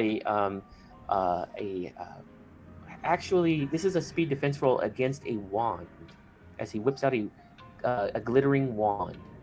Fucking wizards. Who are you attacking, Elsie or me? You. Yeah. Okay. But it's DC, these are only 4s. DC 3? Is that what you said? What'd you say the DC was? These are 4s. 4s? Mm-hmm. Fucking wand. I'll go ahead and use 1 effort.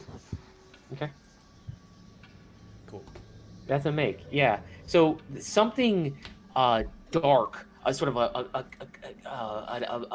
sort of a pulse of dark energy washes out of this wand, but pushes past you. You're sort of it deflects off of your aura to some degree, and your sword it glows in protection as you are not struck. Now, that's a totally different energy from what I use, as far as Yes. my divine. Okay. Yeah. And the others all spend their turn moving. And then it will be Elsie's turn.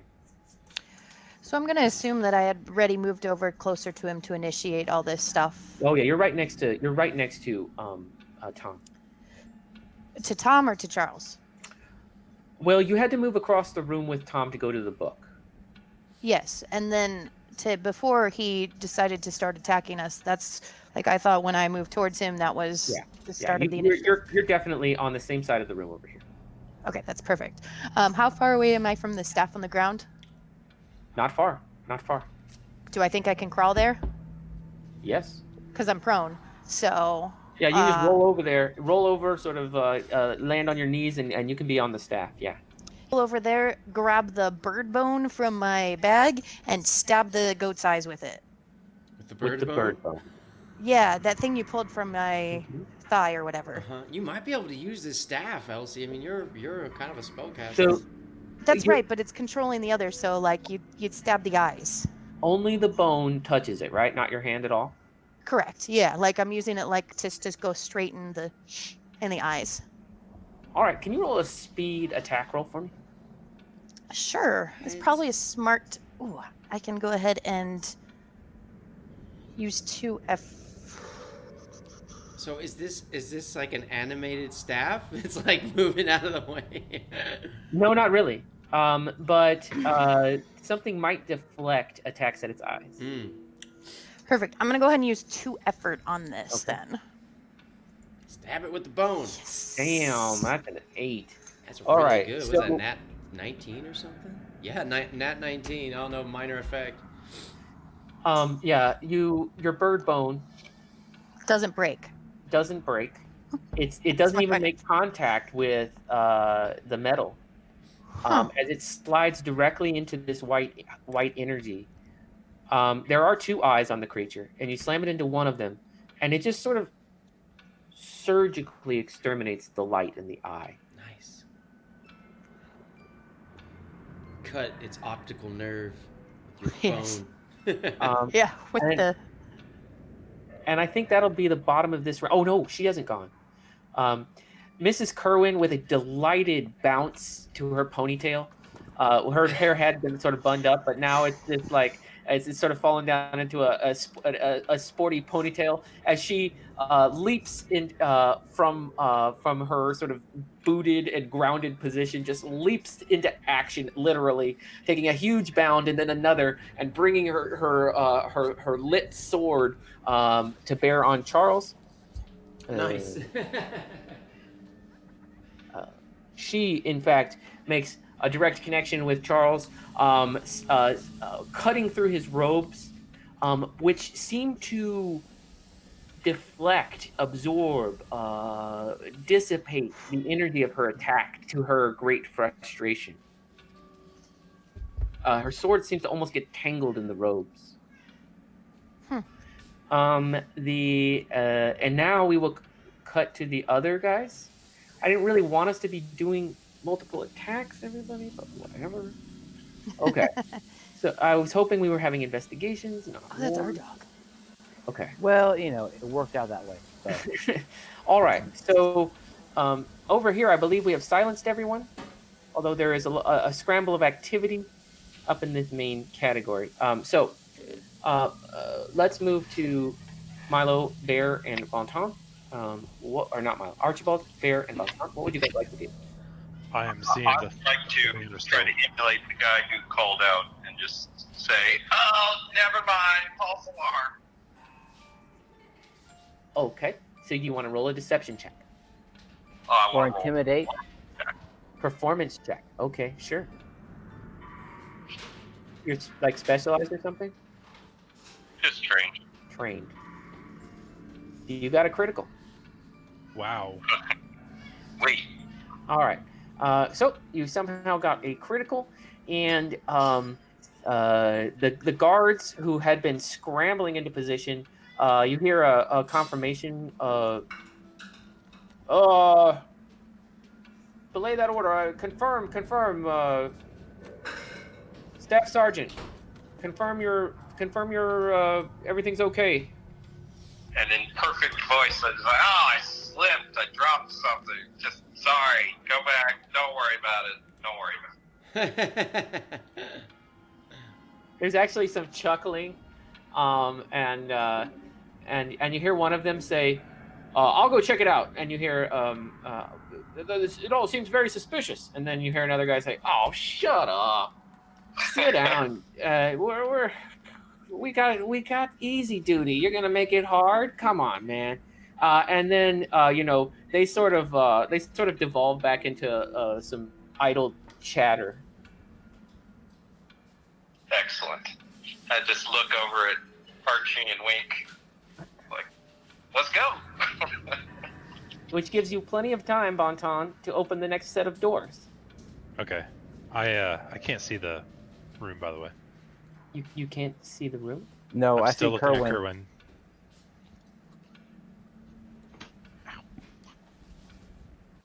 I don't understand. So beautiful.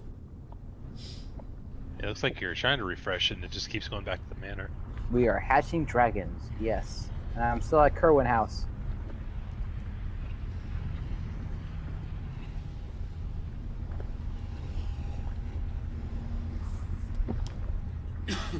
So guys, maybe try refreshing. I don't know. Like, because for me, you guys are the players have been located to the courthouse, and all of your characters are here and equipped with vision, as far as I can see. We're supposed to be at the courthouse right now? Yeah.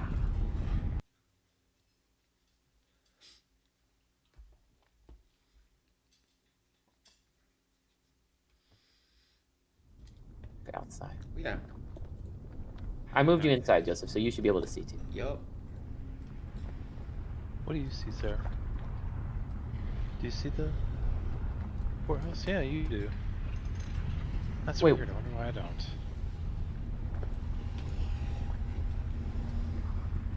Wait, so the person who doesn't need to see it can see it. Sorry, guys, I don't know. I have never run these two group things before. Let me just.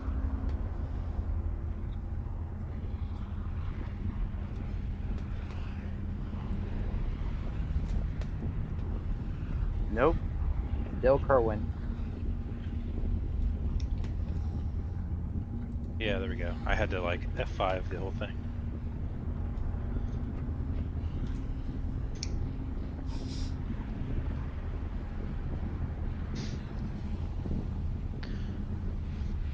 Before I open the doors, can I check out what these glyphs are or these symbols on the ground? You could, but I don't know. I can't even see anyone else. Gabe, Elsie, and Archibald are all just non-existent. Can you hear me, Bonton? Huh?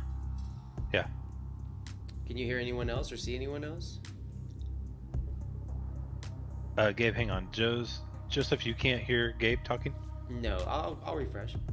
Okay.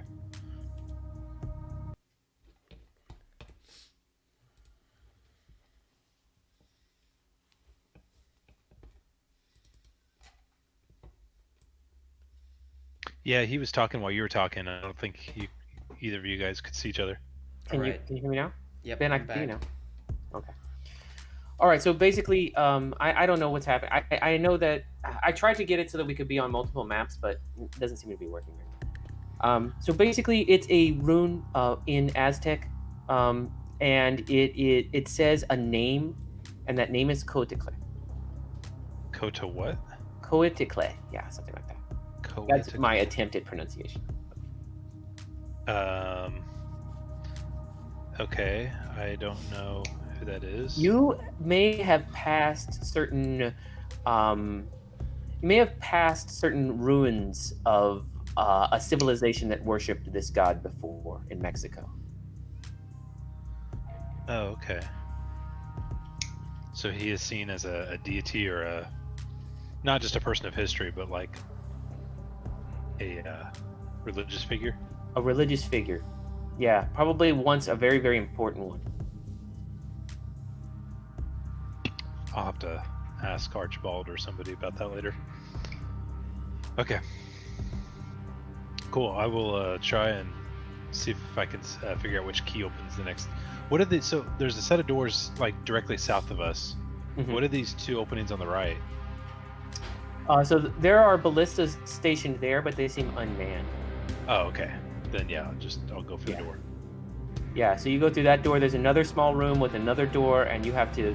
That door though is unlocked. In the next one. Well, that concerns me, so I'll just kind of like Peek in? Yeah, peek in first. Okay, so that's room K. Hold on one second. I'm gonna do my best. Oh, and if I had mentioned, I went and got my daggers out of that guy's chest. Those are my babies. Okay. Yeah, you got your daggers. Does anyone else hear this amazingly rocking music going on? Or is that just on my all screen? For a second. Get all these. Oh, I did for a little bit. It's not there anymore. Yeah, there's some sort of thing where you guys are in different rooms. Okay. So you're peeking into this room K, right? Yeah. It's a room filled with statues of previous police chiefs. At the foot of each statue is a candle placed at its feet. The candles of these 8 statues provide all the light in the room. There are a couple of officers on the far side of the room looking at shift sheets. And there are sheets of postings sort of on all the various pillars. As you sort of focus in on the nearest ones, you see that they assign officers to duties, such as the main entrance and a few you don't recognize, and a few that are codenamed things like R1, L1, R2, L2, etc.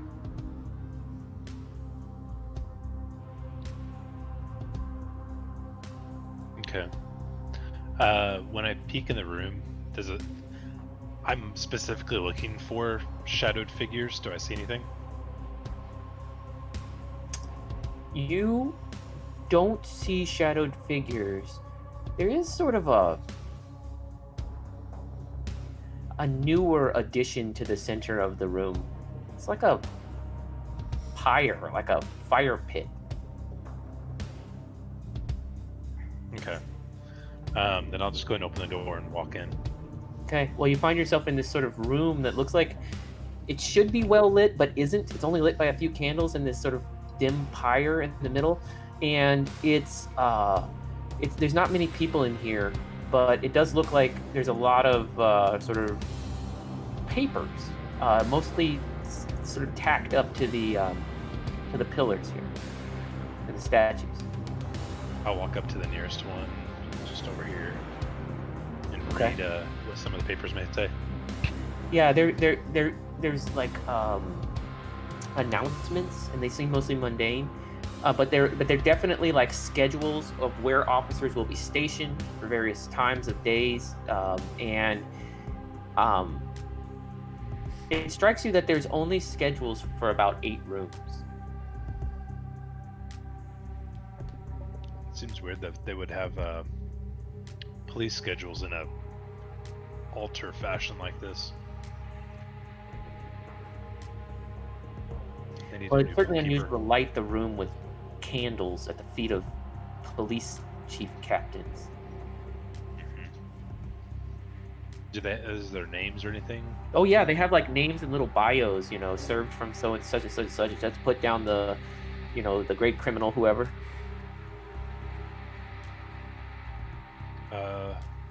I wave Barrett to come into the room.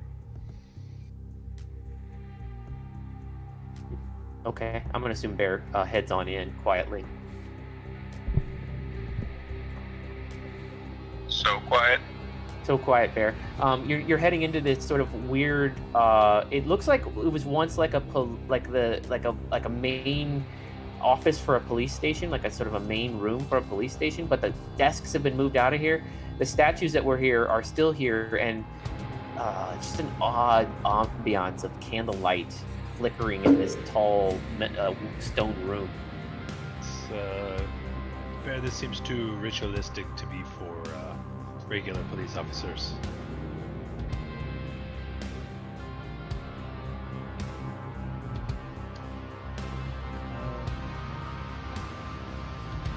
I'm gonna keep looking around. Is Baldy here with his magic? No, that's weird, man. He ran out. I don't know where he's at. Your weird friend seemed to desert you immediately. God, first sign of trouble. Pussed out. Typical. Madame Kerwin was right not to trust him.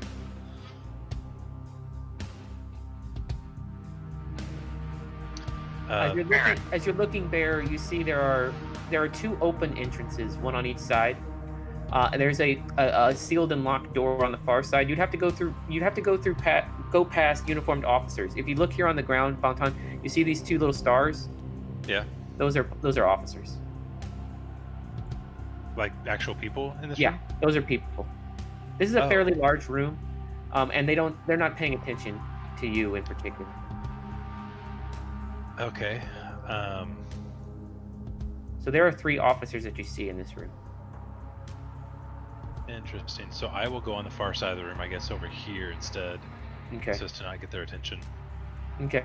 As you're looking down that hallway, you see there's a sort of a door that turns down and a hallway that goes up. Both of them seem open. But there's no doorway. There's a doorway that goes down, but it seems open, and a hallway that goes up also seems open.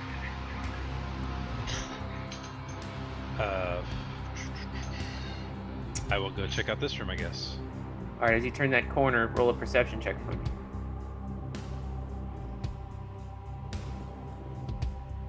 Look at my feet. All right. Well, go ahead and roll me a negative asset speed defense roll against a 4. So it's a 5, I guess. Ooh, nailed it. So you don't see him coming, but a red cloaked figure emerges from beside you in the shadows, stabs at you, and misses in silence. Bear, you're watching this happen. So I will seize the opportunity since I passed this speed defense roll and do an immediate attack on him. Okay. Go for it. Oh, that's the first one's a hit. Yeah. How much damage is that? That'd be 3. Okay, you watch this red cloaked figure with the gold filigree sort of steps out of the shadows and stabs at Bonton, misses him, and in complete silence, Bonton stabs him right in the side. But the cultist does not seem terribly injured. Really? Wow. Yeah. But he's still silent. Still silent at this moment. It has not yet been his turn. Okay, well, I'll see if I can just stab him in the throat. Okay. Did we roll initiative?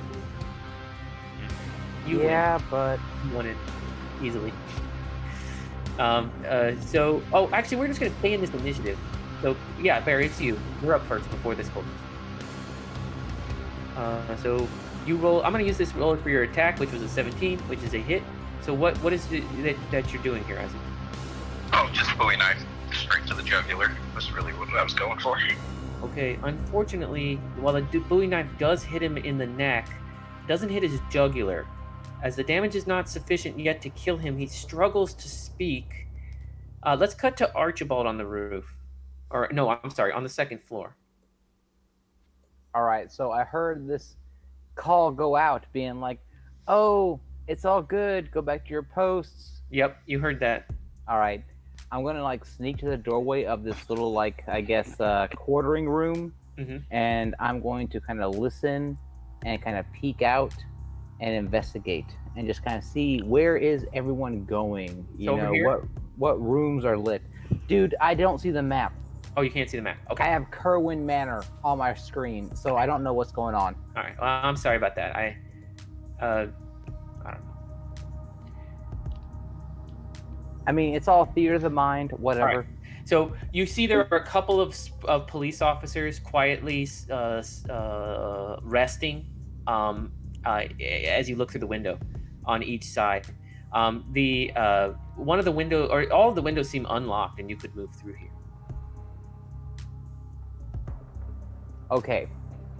I want to kind of like stay low to the ground and creep my way towards the nearest lit room on the second floor. Gotcha. You're gonna pass a staircase that goes down, apparently, and you're getting tall on me here. You're gonna head deeper in to the house until you see, let's see, probably room T here. Let me describe that. Okay. You see a drill room. It looks like it's made for exercise and such. There's city heroes. A couple of former mayors are sort of they have busts along the wall. But the room is largely empty in front of you. It's quite a large room. After you pass past the sleeping cots and stuff. Okay. It's like sort of. I will go to the next room that has no lights in it. All right. As you head forward here, you find yourself wandering along a hallway. There is you're going to need a perception check. Investigation? Sure. All right. So I would treat that as specialized. So I'm going to put a level of effort into that. Okay. What do I get? I 5.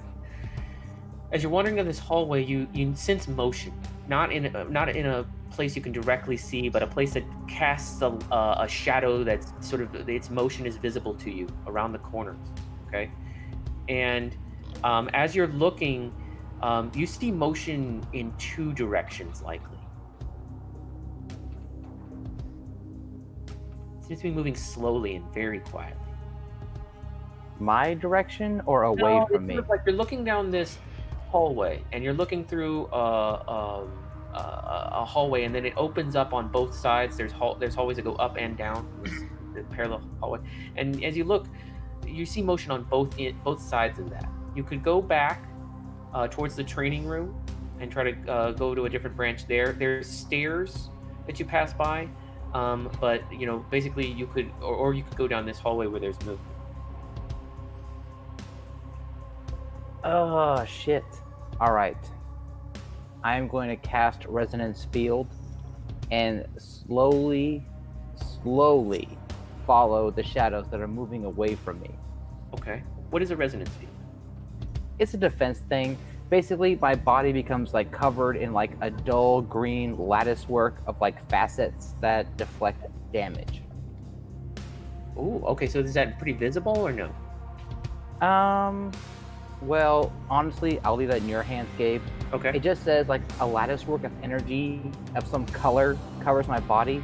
Like I envision it as like a dull gray, like just faceted, crystalline structure that surrounds my character. If you want to say it's bright, I wouldn't do that. All right, I'm going to say it does have a little bit of a glimmer to it from certain angles. It could potentially make it a little more difficult to be stealthy, but it's not something that's like bright light or anything.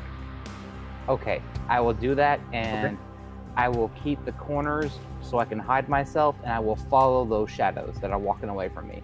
Okay, so that's going to take your whole turn because you're sort of moving slowly down the hallway for a while. Mm-hmm. So that's Bonton Bear. Bonton and Bear, there is an open room. Oh, have you guys killed this guy? No, you have not. Okay, let's go to you. Let's cut back to you guys' turn. Bonton, you're up first, I guess. Yeah. That should go ahead and finish him off. Oh yeah. Bonton, you just sort of quietly. Bear has gotten his buoy into the neck just enough to keep him from shouting during his turn. He was sort of choking up, sort of a warning that was just a little too muffled and a little too slow as you finish him quietly on the ground. There is a room here behind you. So he had red robes. Yeah, he had red robes on. I'm going to take them off of him and put them on. Okay, they fit decently well. Red Rover. Okay, I guess you're concerned. I was going defense. So what's in this room?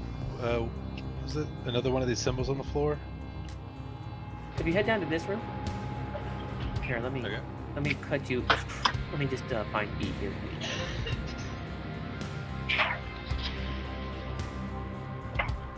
All right. So in this room,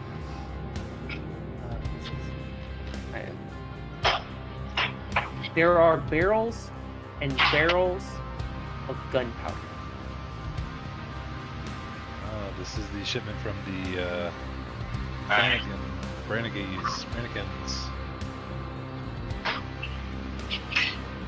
Brand. Yeah, the Brannigans. No, there are barrels and barrels of gunflower. There are also barrels of beer. Beer and guns? Sweet. Doesn't get better than that. All right, I'm gonna cut away from you guys. Theoretically, I know that we're having some difficulties, but I'm gonna cut over to the chateau here, where we're having a bit of a showdown. A chateau down? A chateau down. A chateau down indeed. And I believe first up is Charles in the initiative order. Yes. His staff has been taken from him. Let me just do a quick review. Okay, he has a move here. He clasps his hand together and begins rubbing them as his entire body begins to emanate just a whirlwind of wind and energy that begins to crackle around him. I think it will be Joseph. Where's Elsie here? Oh, Elsie's right there. Joseph and Elsie will both need speed defense rolls. Yes, I'm hovering over the staff, getting ready Yeah, to you're stab right the there. other eye. Speed defense. Mm-hmm. It's like a DC 5, right? Yes, for this guy. Damn it. I think I'll use an effort. I should have. Ooh, still no. All right. So both of you feel this. Joseph, it again strikes you as a divine power, but somehow off, somehow corrupted. As it washes over you, it drives you back. Each of you take a 4 speed damage. 4 speed. 4 speed damage as this energy just sort of drains the power from your muscles, just bleeding calories, just bleeding energy from your bones, as you feel weakened by its force. It seems to not impact the cultist right next to him at all. Huh. And now it's your turn, Joseph. Well, I'm going to use my free recovery roll straight out the gate. Okay. Right. And is anyone within striking range? There's a cultist within striking range, right? Yes, there is. There's a cultist who just used a wand right next to you. And I believe also Charles, did he get wounded from Lady Corwin's He took minor damage. minor damage? Yeah, he was largely able to mitigate her attacks.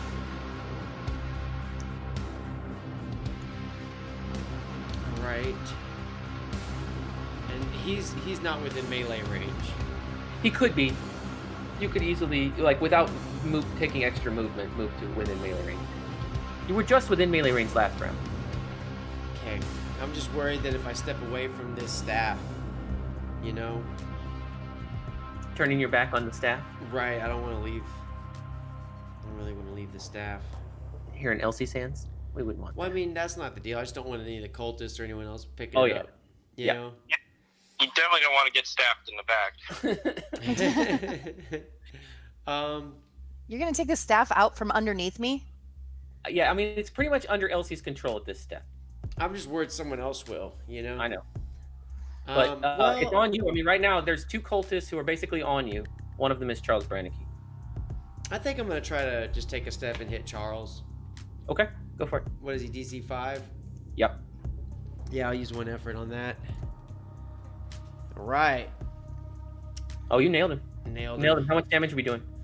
And he is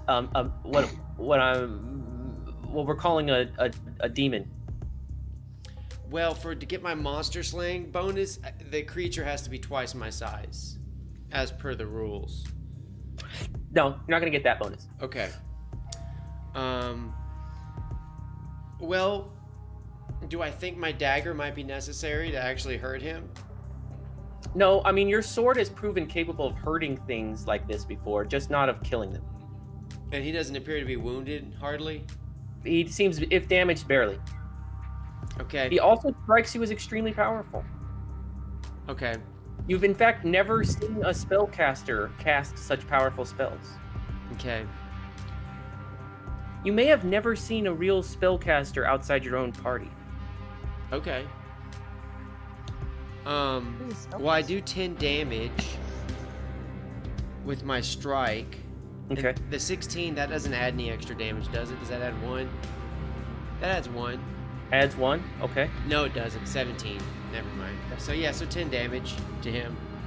All right. Well, that hurts him. You feel the mighty the mighty sword of the Grand Maestro find purchase within his body.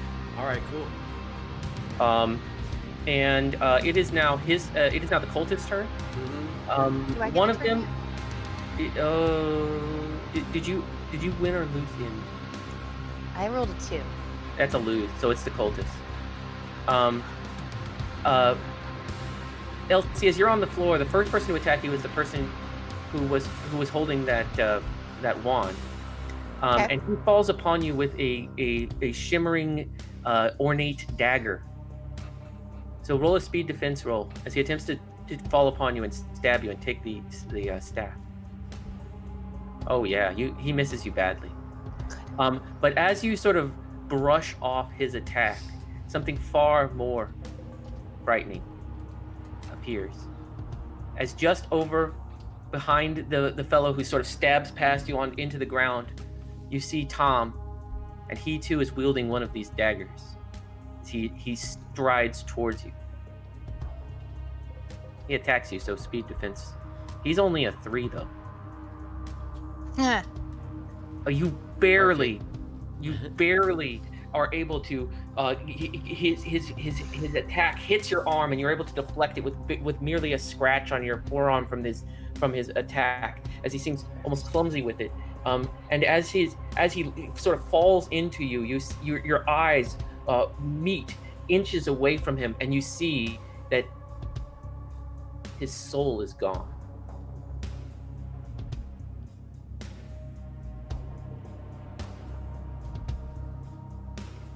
It's your turn. Yeah, I'm gonna pick up that damn staff. I also like to, because since he scratched me, I'm bleeding. I'm gonna take some of my blood and put it in the eyes of the staff as I'm picking it up. Well, you see as you sort of lift the staff up with one hand, you see that one of the eyes has been extinguished, and you also need to roll an intellect defense check.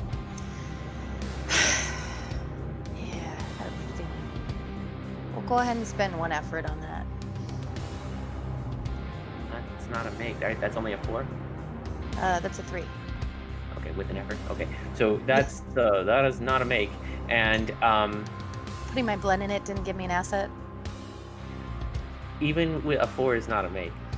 That's okay. So the as you your blood hits this staff and it sort of singes and smokes over it, and you feel the power, the flow of blood is a direct conduit as the power of this thing shoots into your veins and through your entire arm, and then into your shoulder and chest and up your neck into your head as you begin to seize up. And Joseph, you watch in horror as her eyes begin to turn a white color, and curved horns begin to emerge from 6 horns begin to emerge from all the edges of her hairline, all the way from the back of her neck all the way to the top of her forehead. Jeez. Yeah, I should have stabbed it. Yeah. So that's the end of this round. Oh, Did she I take hasn't any gone. damage? Well, no. Good. Um, That's great. Right. Well, it doesn't want you damaged.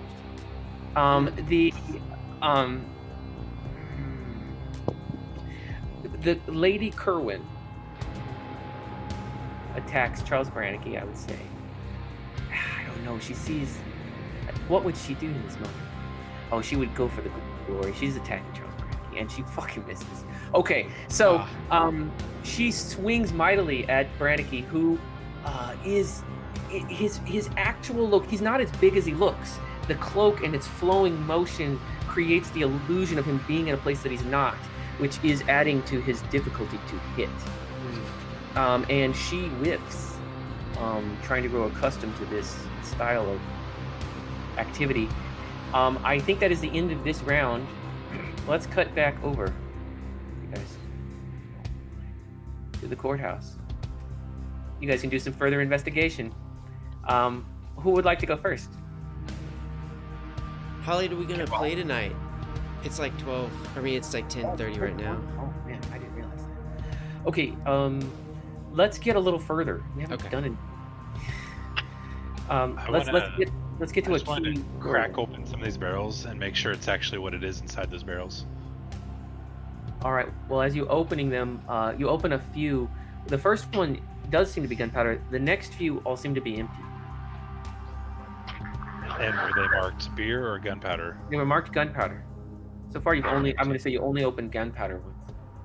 The beer ones are pretty easy to determine that they're full. Okay.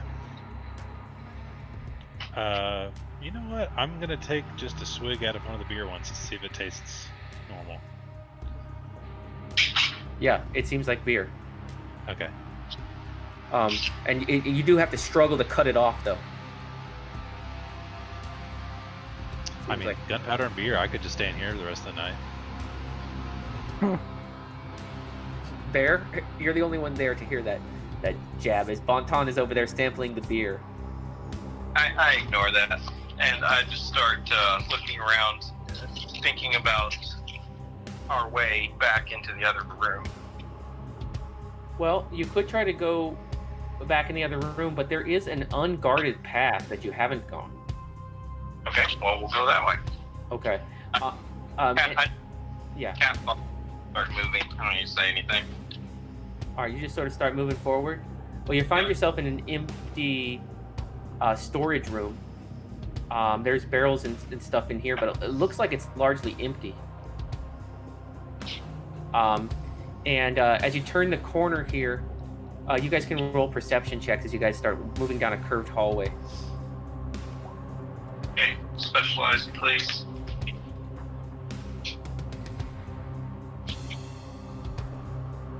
All right, well, you rolled a natural 19, Isaac. There are some makeshift cots on the floor of the next room. It's very dimly lit. There seems to be a person laying on the floor in one of the cots. Beyond that, though, is a much larger room. And in there, you catch a glimpse of several red-robed figures, but you also catch a ton of other sounds and movement. It seems like there might be dozens of people in there. What does it smell like? It smells like urine. And what would I know that Fear. usually? It smells like a prison. A prison? Awesome. I relay that to Bonton, to Pierre. Okay. There were alive people? There are alive people, lots of cultists. How many would you say? There are dozens and dozens of people in there. You saw at least 2 cultists, but it's such a large room, you do not have an angle to see everyone. Dozens and dozens of people, at least 2 cultists, but it smells like a prison, so we could have help. Or we could roll a barrel of gunpowder into that room and take care of it. We could, but we don't know who the prisoners are. Do we care? If we roll a barrel of gunpowder into any room, we are going to lose the element of surprise. Let's not do that yet. Alright, I take your word. Okay, so I'm gonna sneak up a little closer. Yeah, I'm gonna say with this roll, you're able to get across this room. You see, there's one guy who's sleeping but you're just able to sort of pass by him. Yeah. Don't wake him up. Just move by him. As you do move by him, you're able to get more of a glimpse of the next larger room, and you see that there are pillars throughout the room, and to those pillars are chained prisoners on each side. There is a large table in sort of near the center of the room, and near that table is a huge, broad-shouldered man carrying an enormous curved blade. He has a square jaw and a buzz cut, and a scar over one cheek. As he just sort of he stands at the table like almost in an upright fighting position, just sort of staring out over the room. Does he look recognizable from any newspaper? I'm gonna have you roll a history check for that. Okay. You failed it. Okay. You don't know. I pointed Bonton as your brethren.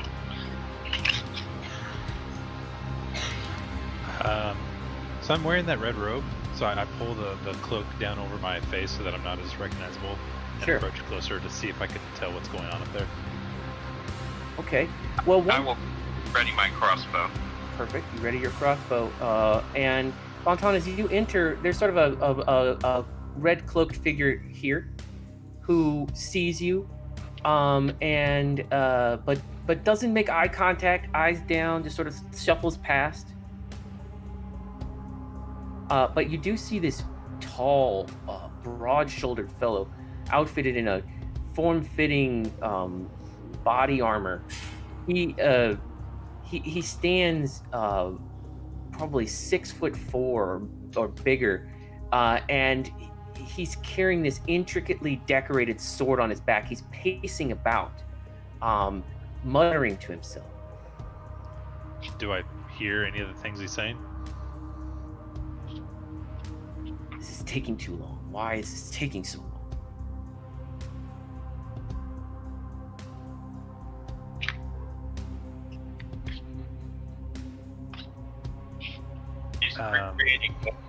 He's creating more cops out of those prisoners. Shuffle back to Bear. Mm-hmm. Do we take him out or retreat? Shit, this is what we came here for. Is there a door we can close here and barricade? Yes, but Bonton, upon your entry, you saw there was another door off to character left, our right. Okay. So, Bonton, why don't you move to that side of the room? Yeah, I move over here to see. Lock that door. I'll barricade this door. I'll fire my crossbow, barricade this door, turn into, melee bear. And then we can romp and stomp. Where the hell is Baldy, by the way? So it's just a frontal assault. That's your guys' plan for the prison. Okay. Wait. So we're barricading ourselves in? Yeah. Because when you said that, I assumed out. No. And why could we not do the gunpowder? Because then everybody's gonna know we're here. We close the doors and then we kill everybody.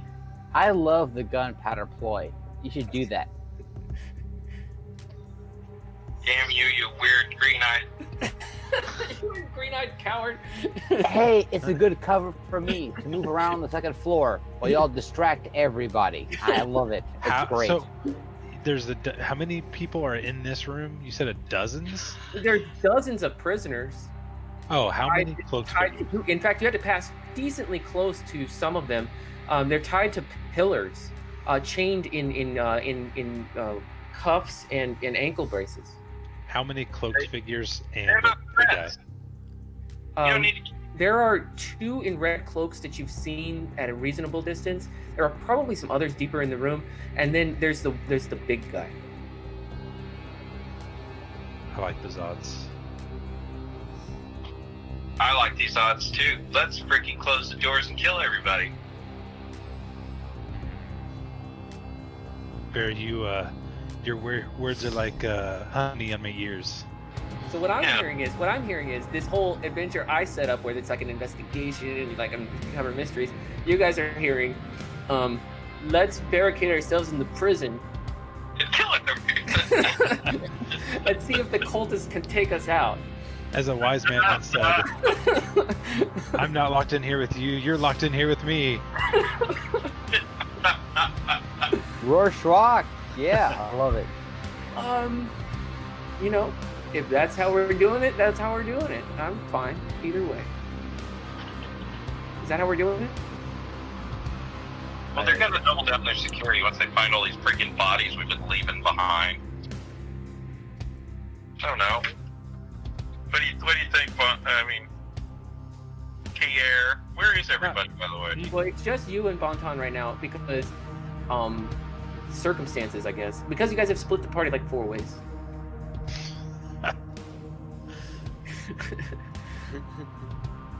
So remember, in your siege that you're planning, it's 2 on Colt.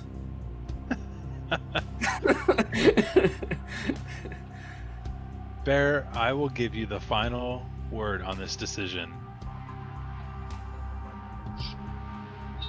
I give it the snip test. Well, here's the thing, Isaac. The first thing you should know is Bonton was able pretty easily to bypass this room. If you wanted to move on in through this facility without this plan, you could. Now, did I stat out Deathblade? Yes, his name is Deathblade. Who is pacing in this room, waiting for someone to wander through here.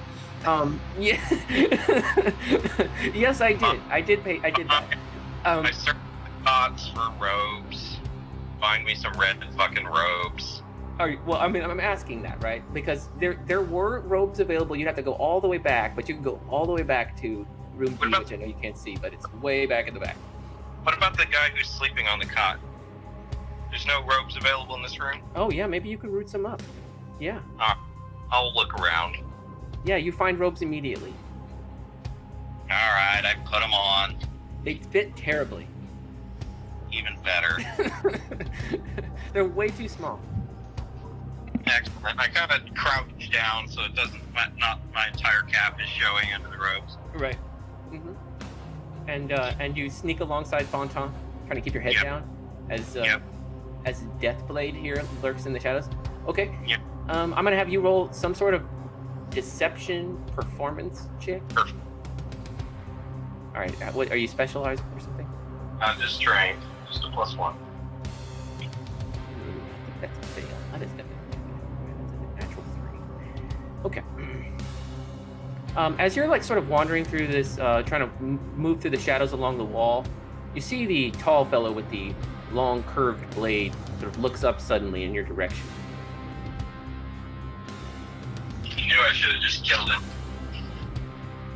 He doesn't have a direct line of sight on you right now, but any direction you move, you will be moving out from behind a pillar where he can see you, and he seems to have detected a movement in your area. Okay. Well, I just kind of stop and just push Bonton out there. Well, Bonton's already beyond you, actually. He's pushing past you. Okay. Well, I sense that this guy's looking at me. Yep. Alright, I just stop for a minute. Just gonna wait him out. Yeah. All right, so he walks over there. And you're gonna get a very good stealth check. I'm gonna give you a negative asset for sure. I'm gonna walk back over to where Bear is Okay. and take the scarf off my neck and wrap it around Bear's neck. And it's a scarf of disguise, so it gives him +2 bonuses to impersonating or disguising himself. All right. It's that Cypher that you gave me. Yeah. Well, I mean, that thing has a charge, right? Mhm. Okay. You can just be the guard from the last room, I will activate it. and you activate it, and you look something like that guard. Can you guys see my rolls? Yep, Yeah. they're amazing. Isaac, so far they're 2, 3, 2.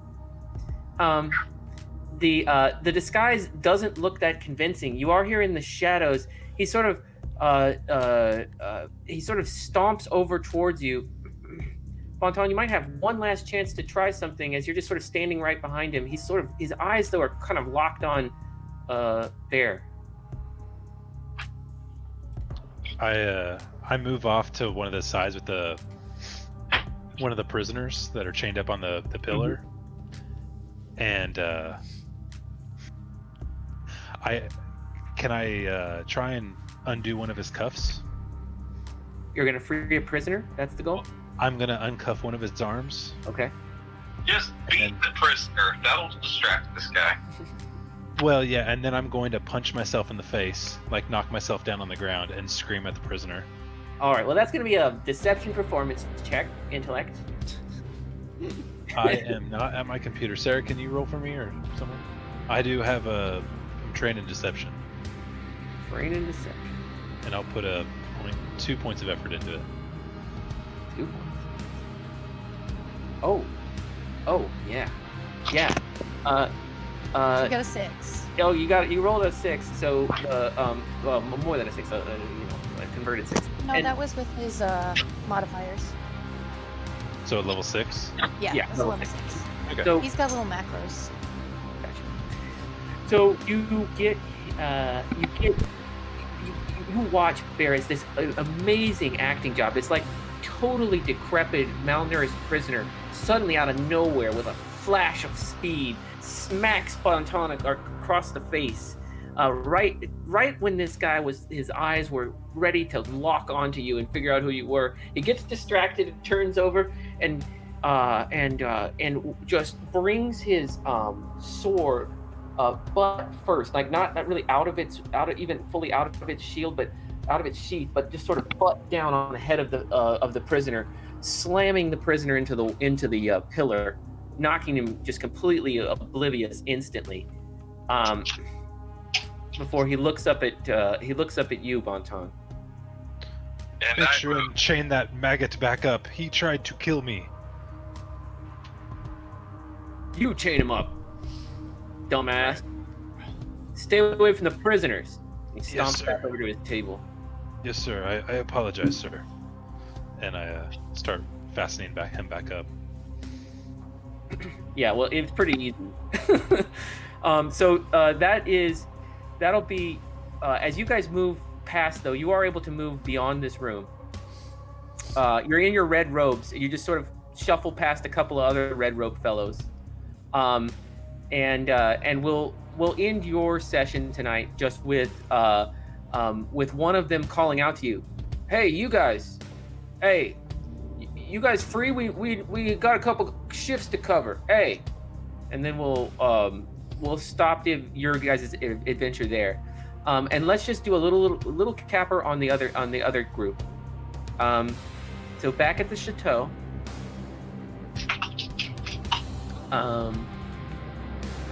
this got late on me. I don't know how this happened. All right, back at the chateau, we had just decided that this magic sort of spell casting is something that Elsie, you've probably only seen from Greta, and Joseph, you may have never seen. There are now 5 additional cultists in the room. 2 of them are coming up the stairs. 3 of them are entering from the other entry into this room. So there will be 6, sort of 5 low-level cultists. There'll be Tom Brannicky, Charles Brannicky, and another wizard. And another wizard? Well, the one with the staff, or the one wand. with the wand. Yeah, Gotcha. he's not really a wizard so much as like a Cypher user. I don't know. He has cool toys. I don't know if we want to do a whole round here, but what are you guys thinking? I mean, Joseph, you're up first, kind of, or I guess it's Charles Brannicky up Charles. first. I was gonna fight it out. I mean, Is that what you guys plan to do? I want to stab the other eye. I thought A bunch of these guys did have to leave. would be a lot more powerful. What now? I thought Lady Kerwin was going to be a lot more influential so far. Well, she's rolled total shit so far. I know. So, like I say, my plan was to just fuck these people up, but now it's like, odds are not stacked in our favor quite so much. But I'd like to kill Charles Brannicky or whatever his name is. Yep. Yes, please. And after we do that, I think the cultists are gonna flee, or at least be demoralized pretty dramatically. So that was my goal, see if I could kill him this round. Well, you know that their ultimate leader is not Charles Brannicky. Sure. I mean, I think we're a little too committed to like just try to run at this point. no, I don't know. I'm not saying running is the right idea. I'm not even sure it's possible. I'm just getting the temperature on what the plan is. Okay. So Joseph can probably see that Elsie's really hurting, and if she gets up or tries to move at all, somebody's going to attack her and she won't be able to move at all. And you've got horns coming out and shit. You're that too. Possessed over there. I'm not really in a state where I can run. I'm still prone. Yeah, Elsie's as not well. looking good. Like getting Elsie to run at this point is probably like you bagging her and carrying her. Sure. And opportunity attacks, and I will most likely be impaired very shortly here, Or even an enemy combatant potentially. or debilitated. So I don't know. I mean, my hope is to try to take out Well, I mean, Charles. See how Tom I'm gonna reacts. say this. I'm gonna say this, Ben. She is a mountain of hit points. Who is? Kerwin. Okay. She is a tank, and she can, when she does hit, she does do a ton of damage. She's just not gonna hit every time. Sure. That's like me too, you know. Yeah.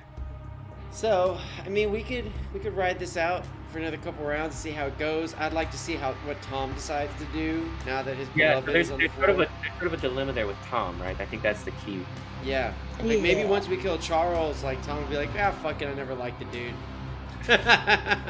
No, he's like, if you haven't, they're under a spell.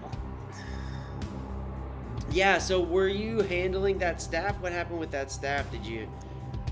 Is that what's turning you into a monster? Yes, I tried to pick it up. So yeah, I don't know what to do about that staff. I've tried to smash it already. I know, like, as soon as I get another chance, I'm gonna stab it with the other eye. Right, that's what I thought you were doing, was taking out the Well- eyes. I did, and then something said that maybe I should try and wield it and take control and like beg the guys back off, which didn't work out for me. So there's only one option now, is to stab the other eye. All right, well, yeah, so let's see how this round goes. I mean, you know, Gabe tricked me. He drew me into his. if we could take out Charles and she could take out the staff in this round, who knows? You know? Okay, so that's the plan. I think so. Now, I think we're going to start next week with this round right here. Okay. Now, Sarah, I know that it's hard for you to get here, right? So, would we be able to do like maybe a couple of rounds and then you go do your thing? Next week, you mean? Could we work something like that out where we? Yeah. I can put Eden to bed, and that way you start instead of me. We can switch off and stuff. We also wanted to see. Do we want to do Saturday nights instead of Sunday nights? That's I right. mean, Saturday night is better for me, like just period. Cool. Because Saturday nights, our store now closes at 6. So Yeah. Ivy and I will be available at 7:30. Well, that would be. I mean, it's not as life changing as it would have been like a year ago, but it still would be very beneficial for me. Well, at least for next Saturday specifically, because we're going to be gone That's Sunday, right? Yes. Yes, we Okay. are. Well, it might not be as convenient for Isaac. I don't know, but Just something to think about, but he's right. We do have something for next Sunday planned. It's fine. Saturday's fine. I mean, Saturday's better for me Most of the time. most of the time. Yeah, I'm But fine with I'll need Saturday. to remind you, 'cause I'm gonna forget if we change the day. Yeah, we're gonna have to do a little bit better job communicating on text. Yeah. Yeah, I mean, guys, if we're gonna cancel, I mean, I kind of prefer to know a little bit sooner, if possible. And just as soon as you guys can tell me, because yeah, I do plan a lot of stuff around. But yeah, I don't know. This one, it took longer than I thought to set up. I thought we would be deeper into this. This has proven to be more time consuming than I originally thought. We got Well, this, we yo. split the party. That always makes things run slow. Yeah, I wanted to have this we wanted to have sort of story moments for different people here, though. But Bonton, I kind of wish it had been you that was on the roof. But there was a scene. I guess we'll get to it eventually. You guys will sneak your way, bubble your way through to the right room. But it turned out that Archibald was a lot different than you ended up being right away. To a scene I had planned for you, but we'll get there. There's a lot of lore here to be learned potentially. These are very fleshed out locations, I guess I should say. So keep that in mind. If your exit is hurried, still try to find out as much as you can while you're in here. And that goes for both groups. There's a rich, multi-layered supply of information in particular. And So kill them all. And ciphers. Well, I'm not saying that to get all the XP you have to kill all the monsters. I'm just saying to get all the ciphers you have to kill all the monsters. Right, kill them all. I knew I should have just taken one blow like I was planning on. Well, I can't believe that your plan was actually for the two of you to take on the entire cult within their lair. That really is your plan? Like, I can't believe that was a plan you guys were going with. But what's wrong with that plan? Sounds genius. It's not going to be very hard for them to start you out. Let's just put Whatever. that. I mean, you're literally locked in a corner, a literal prison. Well, We got the keys. We got the keys to everything. We've had better odds against us and come out alive. Oh, that's true. I mean, hey man. and there is this guy called Deathblade. This Deathblade guy's going to be fighting somebody sooner or later. Well, let's just say, how does Deathblade stack up to Pazos? Ready to Hulk out and go toe to toe with him. He's not on Pazos' level. But he is very multifaceted and has a number of attack. Tell us about it. We're fighting Yeah. at some point. Yeah, I just like the name, Deathblade. Right. So it has a nice. I dropped guys. that because there was no reason for you to know that. But anyway, okay. So we'll see next week. There's going to be. I guess I want to start with the Chateau house. I was thinking this wasn't going to be like all battle, to be honest with you. But maybe if you were able to just win this quickly, there won't be another wave and you can explore the house. Because I was kind of hoping you guys would explore the house to some degree. But I understand that battle was somewhat inevitable. Yeah, she just went south real quick. Yeah, it didn't go well. I think the problem is you're about to lose. I know, that's what it feels like. We'll see. Sarah, We were you're just rolling like muted. crap on our end. I'm gonna lose hard. Sarah's I'm ready to get Elsie's stuck really ugly shape, like in the kind of position where with horns and everything. really getting close to like just Moloch just having a new disciple, a more powerful disciple. we're not too far from that. So that's not. I just gotta get control of the staff. Yeah, you gotta get control of the staff. Then you gotta get control of Tom. Well, once the staff, I can control Tom. I see. Oh, I see. You're gonna like conquer the staff. So that was the goal of the last round. I see. Versus Well- blinding the staff. The blinding was probably a good tactic too, though. Yeah. So I mean, I was leaning towards blinding it again with that bone, but I might try to pick it up again. We'll see. We'll see how I'm feeling Okay. and what level of effort picking it up he said it was. Gotcha. Yeah. Well, we'll see what happens there, but that kind of devolved into a brawl. Luckily, you have a literal paladin there with you. She has a smidge or two of healing as well, so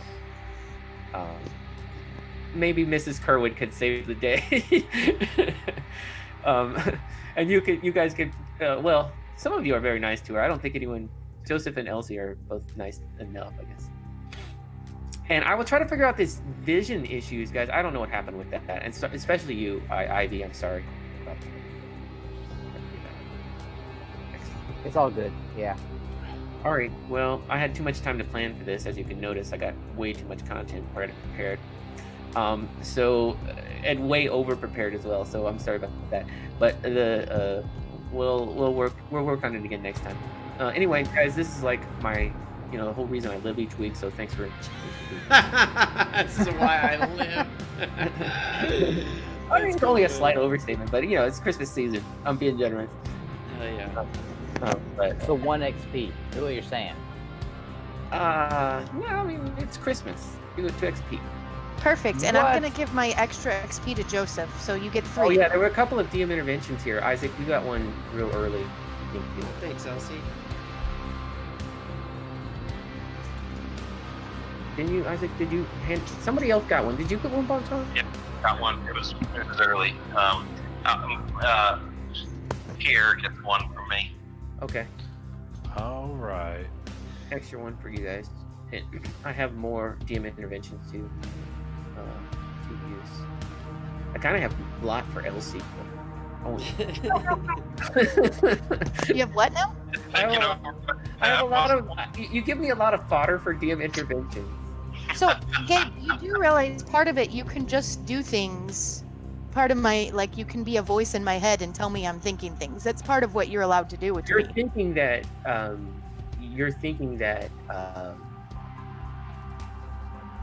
You were right to pick up this staff. Yeah, so with my erratic behavior, I'm prone to acting erratically, irrationally, and I'm in the presence of a major discovery subjected to great stress. The GM can use GM intrusion that directs my next action without awarding XP. All right, I can pay an XP to refuse your intrusion, but you can use intrusions on me. Well, basically, what I'm thinking is, you immediately decide that you were right to grab the staff.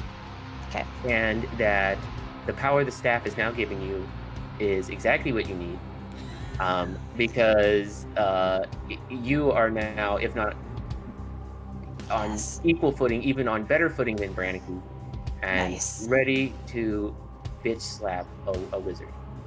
Yes. So you're basically, it says you're my manifestation of my madness. So that's And what these for you- intrusions are. You know that the power of the staff is now not only lifting you off the ground without your own strength being tested, but it is also under your steady hand striking out at Charles Brannicky. Nice. That's now- what I'm gonna do. The one thing that you notice is that you're taking a pleasure in how Tom reacts to this. How is he reacting? With horror. Ooh. That's not good. I don't want Oh. him to be. No, So- it is in fact very good. You are taking pleasure in it. Oh yeah, you're finding like a Schadenfreude kind of feel in his the absolute destruction of his entire worldview, or sort of his entire personal collapse, which you feel like he's experiencing right now. Gotcha.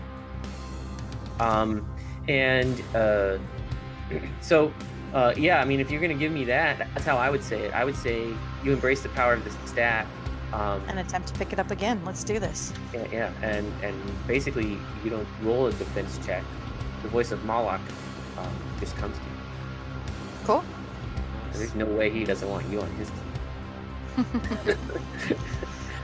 All right, so I will think about that. Yeah. But let's start. If possible, I'd like to have you there. We'll get a few rounds in of you guys, Joseph and Elsie, and see how that goes, and then we'll cut over to the rest of the guys. Cool. Yeah, no worries. Okay. All right, everybody. Night, and kind of late. Awesome. Great game. See you next Saturday. All right, see you next Saturday, guys. Saturday. Yeah. See you next year. Later. Bye. I guess.